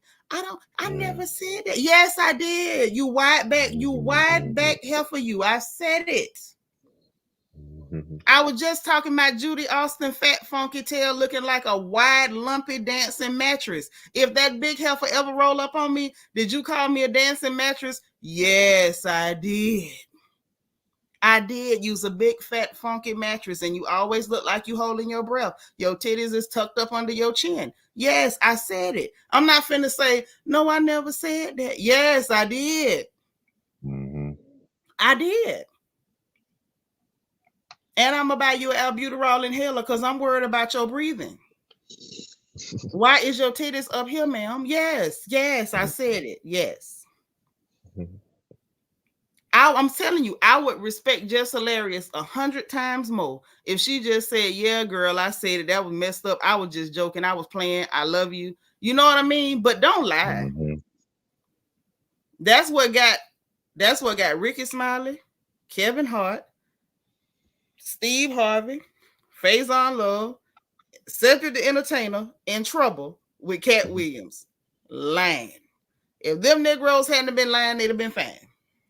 But you know that's the worst thing, boy. Somebody lying on you, boy. Boy. We don't like that. You're not gonna. I mean, it ain't. You can't let people get away with it. You can't. You can't. Like at a certain point, it's like you got to get like to a point where you might let them slide a little bit. Mm-hmm. But it's like I feel like the more Katt was letting them slide, they were getting out of control. Like, oh, he ain't gonna address it, then we just gonna snowball. We gonna keep lying. We gonna pile them lies up. And now they all embarrassed. Ricky Smiley and turned to a victim sitting up there talking like Bernice Jenkins. You know the kids was hurt. The kids.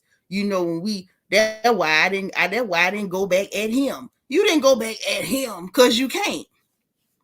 He said something too about he said something too on the radio that he seen Katt Williams walking down the Starbucks and he tried to holler at him and everything was all right. He ain't mentioned nothing. Like, it's hard to say with those type of things though, because he might have seen him at Starbucks, but that still don't change the fact that you tried to say that man didn't. Yeah, that day he might not have felt like addressing you. And you know what else? This the other part to that, right? The other part to that is when people be like, you know, I saw you the other day, or I saw you this place. It's like they want you to address them quietly after you done lied real loud in public. No, my nigga, you lied in public.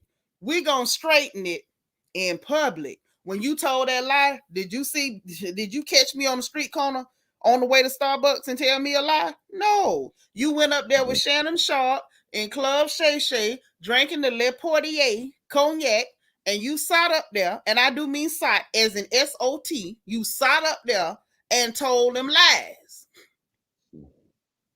on the interwebs. That's what you did because we seen you. So now after you told the lies, you feel like Katt Williams should have seen you on the street corner and addressed it privately, like he a church mother like you. Let me pull you to the side and say your slip hanging. He's not a church mother. He paid you in your own coin. You got on the internet and told a lie. He got on the internet and cleaned up where you messed up. I'm trying to figure out what the problem be. Why are you talking about the kids? You know, it hurt my kids. What hurt your kids? Was your kids shocked to find out their daddy was a liar? That your children don't know their daddy's a liar? Ricky Smiley said that. I missed that one. Oh, you ain't. Don't worry, I'm gonna play it again. He say the kids. It hurt the kids. So what you think up next? Like, so we got only person we missing is Steve Harvey and Faison. So do you think we get a response from them tomorrow, or you think they just how you think they Faison ain't coming? Faison ain't coming. He got to. How? He got to say something, man. What he gonna do? Put on a waist trainer and say I'm not fat? Hey, nigga, he got to say something. He gonna put on a waist trainer and put on a sports bra and tuck them titties up like Judy Austin, have them up here like this. If he don't say nothing and he do something and he don't do nothing, he gonna be forever known as from this point right here. Like you didn't have no specials. You always had your shirt open on movies. Listen, we gonna know him as that anyway. It ain't gonna change nothing. Jenna Harris, thank you for the cash up, sis. It ain't gonna change nothing. At least we'll have a response with it though. It won't just be I hit with the chopper and you don't even must shoot back. Like you got hit with a yapper, you don't even must shoot back. Yeah, listen, I don't care if he did get hit with the yapper. Lay down. Lay down. Okay. Because if he stand up, he gonna get. If he stand up, he gonna get yatted up. So just lay down. Get down or lay down. Like don't get up. Stay down. Because all the rest of them stood up and said something. And look how dumb they look. No, but at least they but what about Steve Harvey? What you think? I think Steve eventually gonna try to like roundabout address it.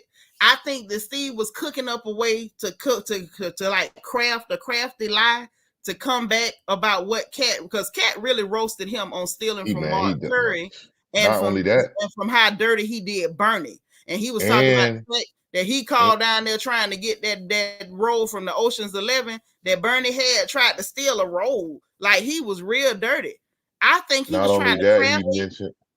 He mentioned like he mentioned that Steve Harvey stopped comedy, but it was because he tried to challenge him. It was a competition. Yeah. Hold on, I got the notes right here. Hold on. Notepad, okay. Yes, this is the Emily. You looking like Auntie Emma. You looking like Auntie Emma right there too. Look at because normally I be over here looking like your mama. But this, you say tonight I look like my mama. I see Teresa too tonight. I see Teresa. I just seen Auntie Emma just then too. Okay. Yeah. So look, this what happened. This was at the 23-minute and 42-second mark. Okay, for anybody who want to see. Mm-hmm. He said that Steve claimed that he stopped doing stand-up comedy because he had 7 TV shows. Katt say he stopped doing stand-up comedy because it was the championship stand-up competition in Detroit, Michigan, in front of 10,000 people, and he lost to Katt Williams. But it wasn't televised, so we didn't know about it. Right. But I'm sure we can find the facts on it. It wasn't televised down here. It might have been up there. Let's see if we can find any of the footprint. So he got too many. It's too hot for him to come up to. He just got to stay down too. Right. I think he was trying to take his time, let it cool off, and then turn around and craft a lie.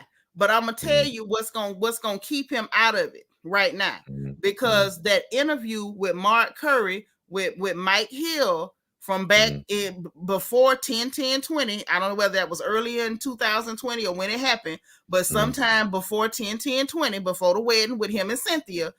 With that interview resurfacing of Mark Curry saying, not only did you steal the show, you stole his entire Halloween routine, the whole comedy run. You took the whole run and did it on your Steve Harvey daytime television talk show. And he said he ran up on you. And he told Mike Hill and them to ask you what he said when he ran up on you.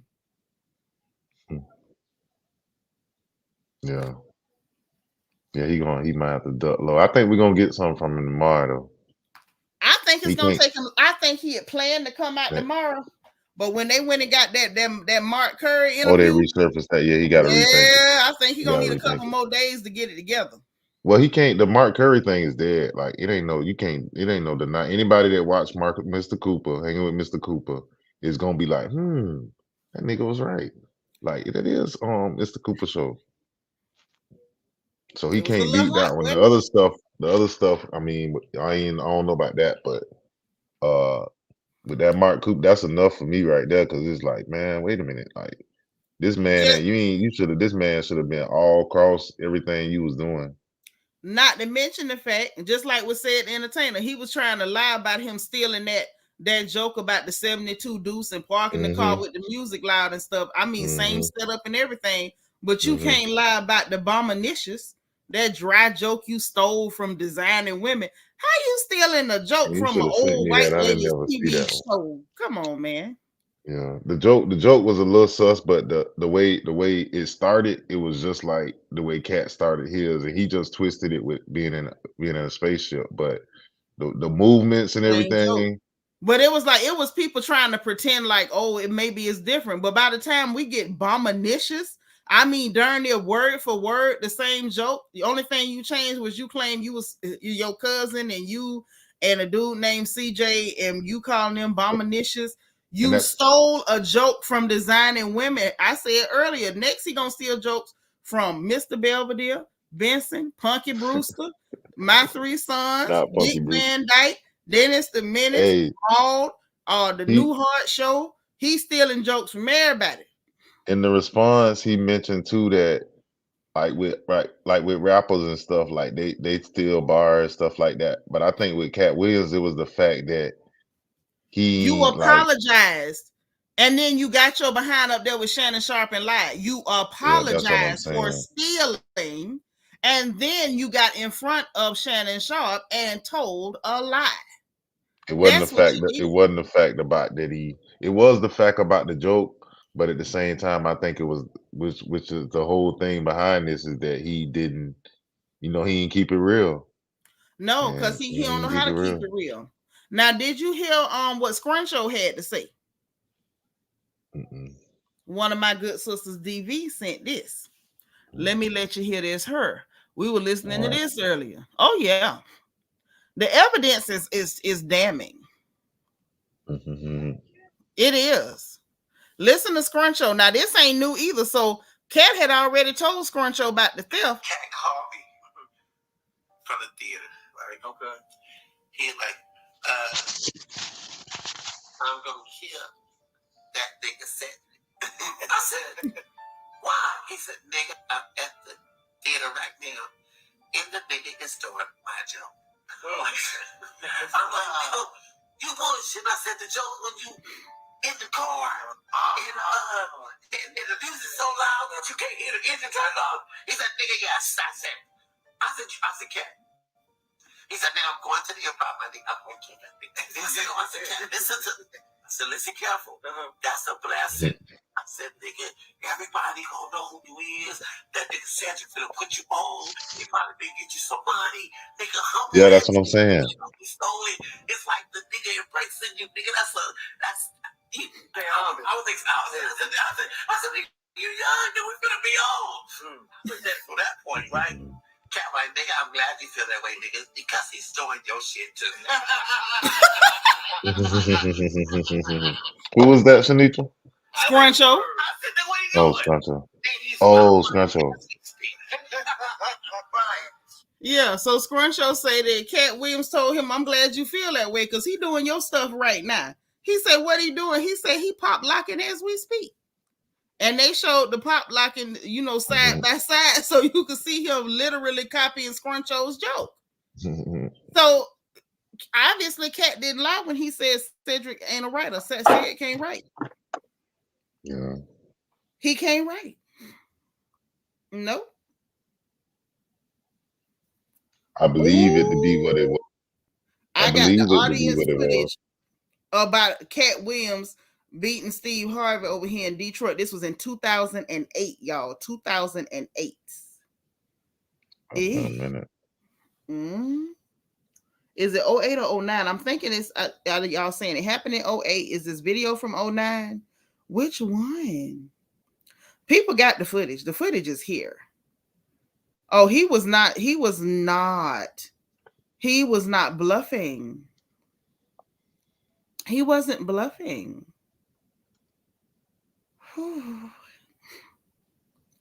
He wasn't bluffing at all. Oh no. I think it's safe to say that everything that he said had some factual or information in it.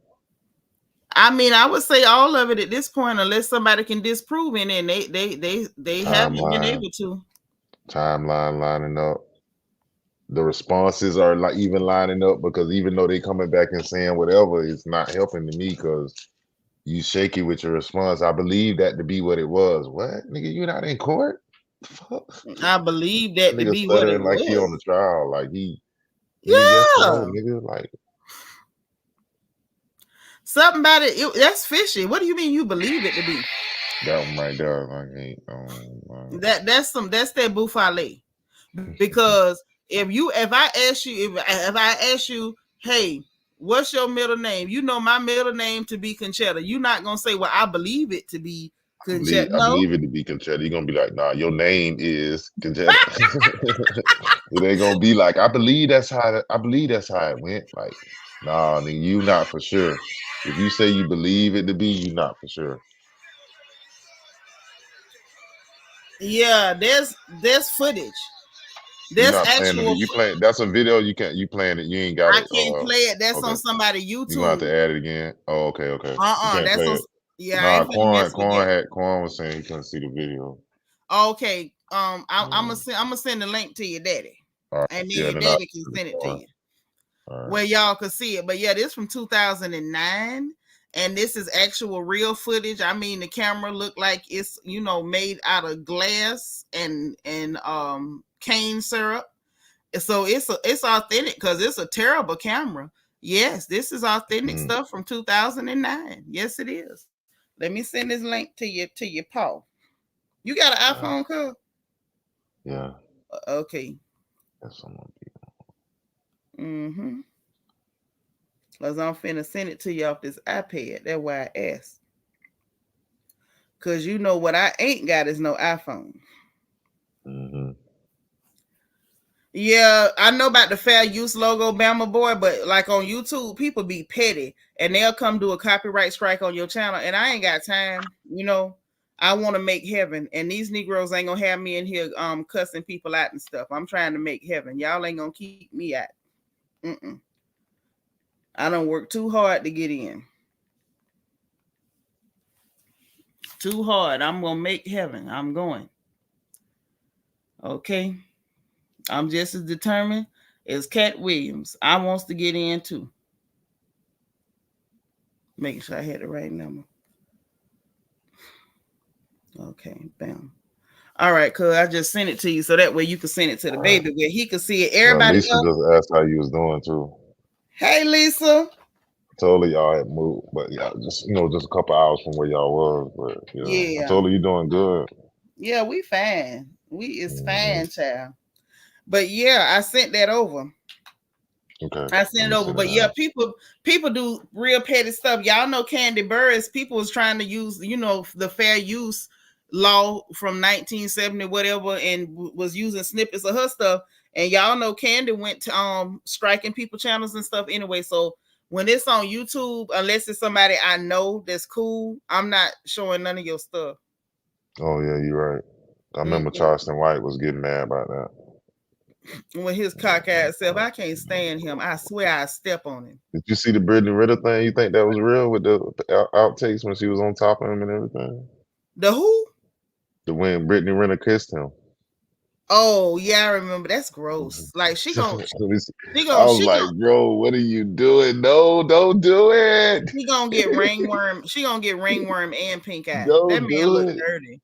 Don't do it, Brittany Ritter. No. I know when she got away from him. I know she was itching. She had to be. I know from him or her? From him. Oh, that dingy. That man is a whole magpie. Like, oh, he's disgusting. Like when I tell you I'm happy I don't work in nursing no more, because if he fell in front of me, I'd step across him. I promise you that. I'd step right over him. Little nasty dingy self. The fact that he said his fat, his nasty lopsided head and missing eye up there talking about women deserve to be GRAPED and beaten stuff. It's like you a sicko. You a real sicko. He one of them need a woman to beat him. He don't need to be beat by a man. Men done already beat him up. Them boys in East Texas tore his behind up on that stage. Them boys pepped him up in that barbershop. But he need a woman to get him, a real sister to beat him. Now, I ain't talking about no scratching and hair pulling. I'm talking about the type of stuff the girls in your family do. He need one of us to get a hold of him. Oh. And I mean, like, I swear I would beat him until I broke the skin on my knuckles. If I could ever get my hands on him, I would beat that other eye out of his head. I swear for M&Ms. I really would. I would pay money to beat him. You laughing, but you know I'm dead real. Man, Charleston Wright is little, man. You ain't gonna be able to hit him that many times. I snap his spine like he was a mullet fish, just popping. Oh no! Up there making all that goddamn noise, always talking slick. Big old Not dent like in the side of your head. Oh, I can't stand him. Any man that can sit up and say that type of stuff about women, you need somebody to just sit there and beat you till you a greasy stain on the pavement. That's what he needs. He got an interesting take on a lot of different things. Once you say that a woman deserved to be GRAPED and beaten, ain't nothing else you can say that I want to hear. Well, he had that Cam Newton video. He had something where he says, "My brother's telling me something." He said something about he can't do the Bible or something like that. Or something. My brother said he turned away. Well, ain't no point in him talking about he can do the Bible. I'm pretty sure God don't like him. No, I'm saying, yeah. Look at him. Don't he look like the Lord done hid his face from him? Oh no, man! You know we want everybody to try to make it up there. So who the hell is we? Now I speak French, you don't. Now all of a sudden you hollering about we. Who is we? Come on, man. Let's not do it. Come on, man. If I could slip a note under the pearly gates, I'll tell Michael, don't you let that nigga. Don't you let Michael who? The archangel. I slip a note under the gate. I thought you was talking about Michael Jackson. I listen. Now let's not push it. Well, we were talking about you with Michael. All right, man, I'm talking about the archangel. I'll be done slip the note underneath the gate. Don't let him in. Charleston White is he's still a person though at the end of the day, man. Is he? Can you prove it? You're right. Now I'm not even finna I feel you. On to the next one. Got you right. We don't know that. Okay, because you know at the end of the day, I'm still Emma and Phil daughter now. You know how this conversation could turn. Yeah, we don't know what he is. You're right. We don't know what that thing is. He looked like he smelled bad. Yeah. That's a sign though. Well, it's a sign of what? That he the Walking Dead? He's a zombie? What are we saying? Yeah, that he's a demon. He's a skinwalker. Like, what is it a sign of? I don't know. When you said it, when you like, I get silly. We don't know what he is. He could not be human. You right? Yeah, I don't know what that thing is. It don't look human to me. I ain't never seen a human look like that. Charleston White look crazy to the mud too. I have on sunglasses all the time. I wouldn't do much. He tried to talk about Fetty Wap. He tried to talk about Fetty Wap. Yours don't look no better. At least Fetty Wap. He tried to talk about somebody else. At least Fetty Wap, this was on Cam Newton thing when he was interviewing with Cam Newton. At least Fetty Wap's is a little bit, you can tell something going on. Charleston just look like what's going on? They remind me of, remember the kid shows back in the day where they used to have you read and they tell you to follow the bouncing ball. Yeah. I swear his eye look like he following the bouncing ball all the time. All the time. You need to put on some sunglasses right now, dog. Stop it. I don't know who, I guess whatever. Yeah, buddy. Yeah, I think that's about it though. They doing a lot. Yeah. Yo, did you hear what he said about about Harvey Weinstein? Know what Katt said? Which part about the About he said that Harvey Weinstein offered to sing karaoke for him in front of his Oh yeah, in front of everybody. That's crazy right now. That's crazy, bro. Harvey was nasty. Y'all get they get that money and think y'all can just try it any kind of way. Like, man, fuck. That's crazy, dog. And then he was saying that that when he was first talking about Harvey Weinstein being dirty, he said they tried to blacklist him for that, blackball him for that. And then turned around and then y'all had to lock him up because he dirty. That's what I'm saying. That's why when I said the wrong word, stall out, but I said I should have been saying blackball when Katt Williams was going through those things. We was thinking like, damn, Katt Williams fucking up, but really they was just because he wasn't agreeing with them with the he said no karaoke, thing. Yeah, no karaoke and no Boochie Cat. And them people said we gonna arrest you every time we get you. Can we come up with an abbreviation or something? Man, you killing me, man. What with the BC? You want to call it BC? Yeah. He said no BC. No, but hey, David Garcia.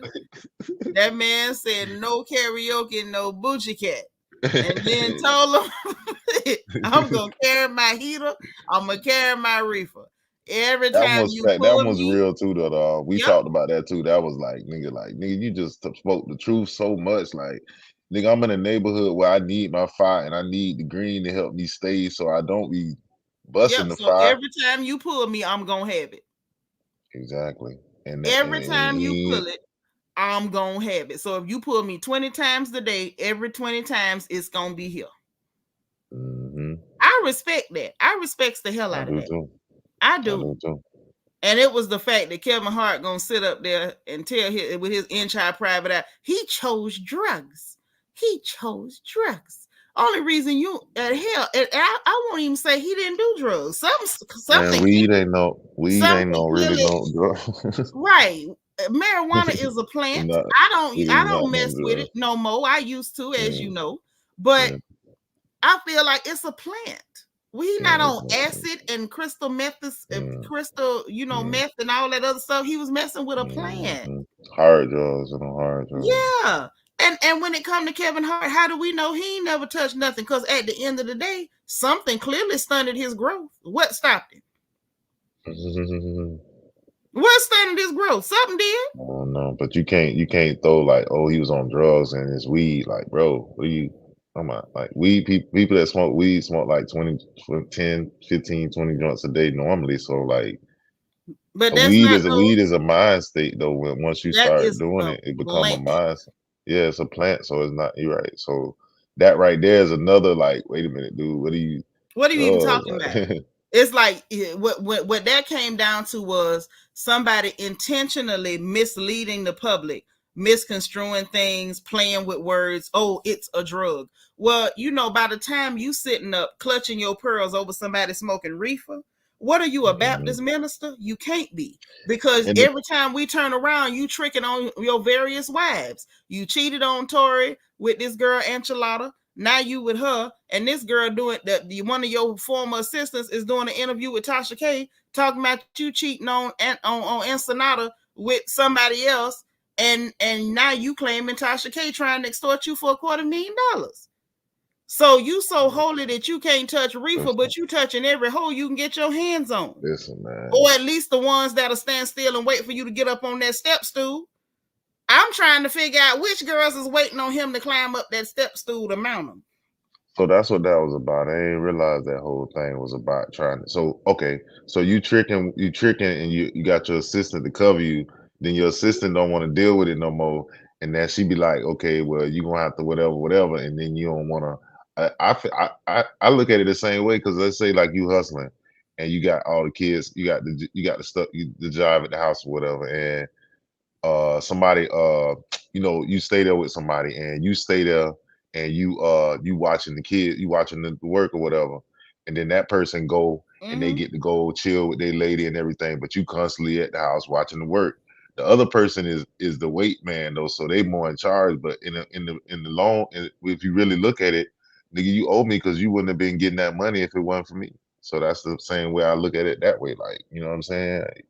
He wouldn't have been. Wouldn't have been getting. You wouldn't have been able to do it. Yeah. But it's like with his friend, when he was over there in Vegas with that girl, and he was hunching that girl in Vegas. The girl set up the camera. The girl set up the camera and recorded them, and I think Kevin was recording too. But then when it all come down, he turned around and say his friend recorded him and was trying to extort him for money, not to tell his wife he was tricking. And then here we go again with the same old song. Now you going after Tasha K because your ex-assistant is on her platform telling your business about you cheating on Seanitra. What is that girl name he met? Something, I don't know. Funny looking girl. And that's why when you do dirt, well, you do stuff you're supposed to do it dolo. You don't supposed to be having no type of, hey, can you tell this person that I was over here because I need to cover for my life? And like, bro, like, you don't put that in nobody else's hands. Ain't that what Yin Yang twins say? Can't nobody tell on you if you are by yourself. And that's what he blowed it at, because now you let the relationship between her, for whatever reason, not work out. And of course, if she got now that, then, she got that. So why not? And you know what's interesting about that? He want to sue Tasha K because it's her platform. Why he not suing the former assistant? Is it because she telling the truth? That's that lawyer talk right there. We're gonna go after the platform because you're not gonna win this one. You're not gonna win that one, buddy. We're gonna go after the platform. You got better chance there. You know how them lawyers do. I'm gonna say one thing. That's a greedy little midget. You got a full size wife, or Man, at least she looks full size. Why he can't be happy with the wife? That nigga got too much money, man. He be buying $500,000 cars and shit, dog. $250,000 cars. Well, if he buying all them cars, if he spend his time just taking turns driving each one of the cars, he can leave the women alone. It got to take him every bit of 30 to 45 minutes to climb up into one of them cars. So when you climb up into one, drive around, come back, tell somebody to bring the step stool, help you climb down, go climb up in another one, drive that one around. If he spend time enjoying his money, he can leave the women alone. That's all he got to do. And he can quit running around here every year or so, every couple of years, saying somebody trying to extort him for money because he's cheating. Or just do it by yourself. If you can do that, then don't bring nobody along or don't involve nobody in what you got going on. Or could he just not do it? That's what I was gonna say next. He just ain't got it out of his system yet. Kevin Hart ain't no baby. I mean, he the size of a toddler, but that's an old rusty Negro. We know we have family members that it don't matter the age, they still think they be and be tripping themselves up and everything. So I mean, it's just it's easy to sit on the outside and say, that's the best thing, the right thing to do. Like Katt Williams said, it's only one side, it's only God's side and the other side. God's side and the other side. It's that's what Katt Williams said. Narrow road that you got to go down, and that's what he meant when he said that. Like, it's very narrow that you got to go down. So you turn a 2-lane into a 3-lane, then you done added a lane that wasn't supposed to be there. You see what I'm saying? Yeah. And ain't no excuse for that. When you up here trying to play like you so fake, pious, and holy that you judging people for smoking reefer. Oh, for shame. Reefer's a drug. Yeah. But you can't keep your hand off hoes. Hoes, ordinary hoes. He made it seem like the drugs was the reason that Katt didn't want to put on a dress. So you need a drug to tell you as a man don't put on. Get me out of here. Get me off. Not only that he didn't get the roles because of that. But if you want to flip it around, like you was just saying, you doing what you're doing to your people, and why you ain't losing your role? Like like you just said. And don't forget about the crash. I think they say he was inebriated with the crash. Was you drinking? Was you smoking? What was you doing, Kevin? So how they gonna keep when you Katt drink, Williams you gotta take in your body weight and your size, like your size. I think he tried to drink enough for somebody who was normal height, and it didn't work out. Bianca, thank you for the super chat. All right, she said, thank y'all for tuning in late night on the porch. Hit the button if you want to be a member. You can hit that button, man. At the bottom. Make it happen. I told him hit that button, make it happen, man. You know what I'm with, man. We trying to, You so crazy. You sounded like your brother when you said that. You sounded just like Carl. Because you were talking through your teeth. Oh yeah. You was doing it. You was talking through your teeth. But yes, I don't know what's wrong with Kevin Hart, but he sure got played this time. I'm interested to see when Steve gonna respond, and you say Phaser he gotta duck, he gotta get low. he can't come up. Steve gonna have to come up, man. We got pictures of y'all going on vacation and all that. Nigga, you done seen this. Don't try to act like you ain't seen it. Yeah, you seen it. Don't let us know if what Katt Williams said or not, then we can change our perspective on how we was looking at you. I think he was ready to address Katt Williams, but he wasn't. I don't think he was ready for that interview with Mark Curry to research. Because how do you address that? He can't. He gonna have to eat that one. He gonna have to eat that one because there's no way to address it. I could see him getting ready to be like, "No, I didn't steal the concept from hanging with Mr. Cooper." He told me it was okay. Yeah. I talked to him. He said it was cool. Now you got Mark Curry saying I ran up on him because he done stole my whole Halloween set. It's like, you sure you wanna? You know what I mean? I think he was crafting that lie, and Mark Curry interview messed it up. He gonna have to eat that one, and then he just gonna have to address the battle. He gonna have to address the battle. You because lost. I'm interested in that. And I want to know. I still want to know. I still want to hear I want to hear why you lost. I want to hear why you lost because you're supposed to be king of comedy. I want to hear why you lost. That's the way I'm looking. I'm sure I'm not the only person because Steve is like, nigga, you had a morning show, you had the game show, you got this, you got that, you got this. You morning talk show on TV. Remember, he had the daytime talk show. That's yeah, what and you talked about how you came up and like we know for real now. Nigga, you talked about how you used to be doing this and that and the third. Like you really was because you took it right into the industry with you. You was a thief. And then the fact that Katt Williams said he was never homeless. He said that wasn't none of his story. That was my story. He said he was never homeless. I say, oh, Steve Harvey, with your lying tail. Boy, Katt Williams roasted the piss out of him when he said, talking about, I got everything I got because of my wife. He said, use a lie. You said that about the first wife. When he said that, I almost dropped my pen in my pad. I said, look, hands up, don't shoot. What the hell did you just say?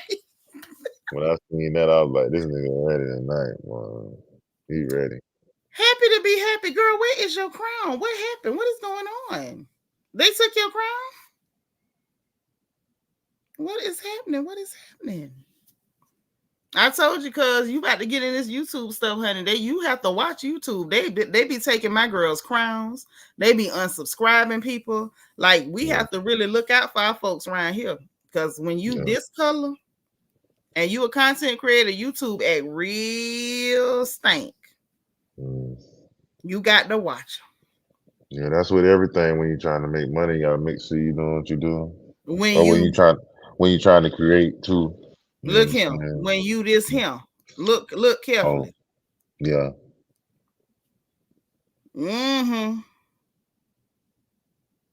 They act real funny with us. I'm just saying. Cause I done kept you on here for 2 hours. We done had a good time too. Ooh, man, you know how it is, man. You know how we do anyway. This normal, we be on the phone 4 hours, something like that, man. Listen, I think I was talking to Toya, one of my sisters. I want to say Toya, and was talking about the fact anytime all us get together, don't nobody go to sleep. We be up 3, 4, 5 in the morning, talking crap, laughing, hollering, screaming, cutting up, and this wasn't no goddamn different. We got to do this here more often. We got to do it more often. You know, we already. You know, I'm finna bring. You know, we gonna bring, like you said, everybody. We gonna bring everybody when they ready to come on. Then we gonna bring everybody and show them this. Don't bring all of them because you know I don't like all them niggas.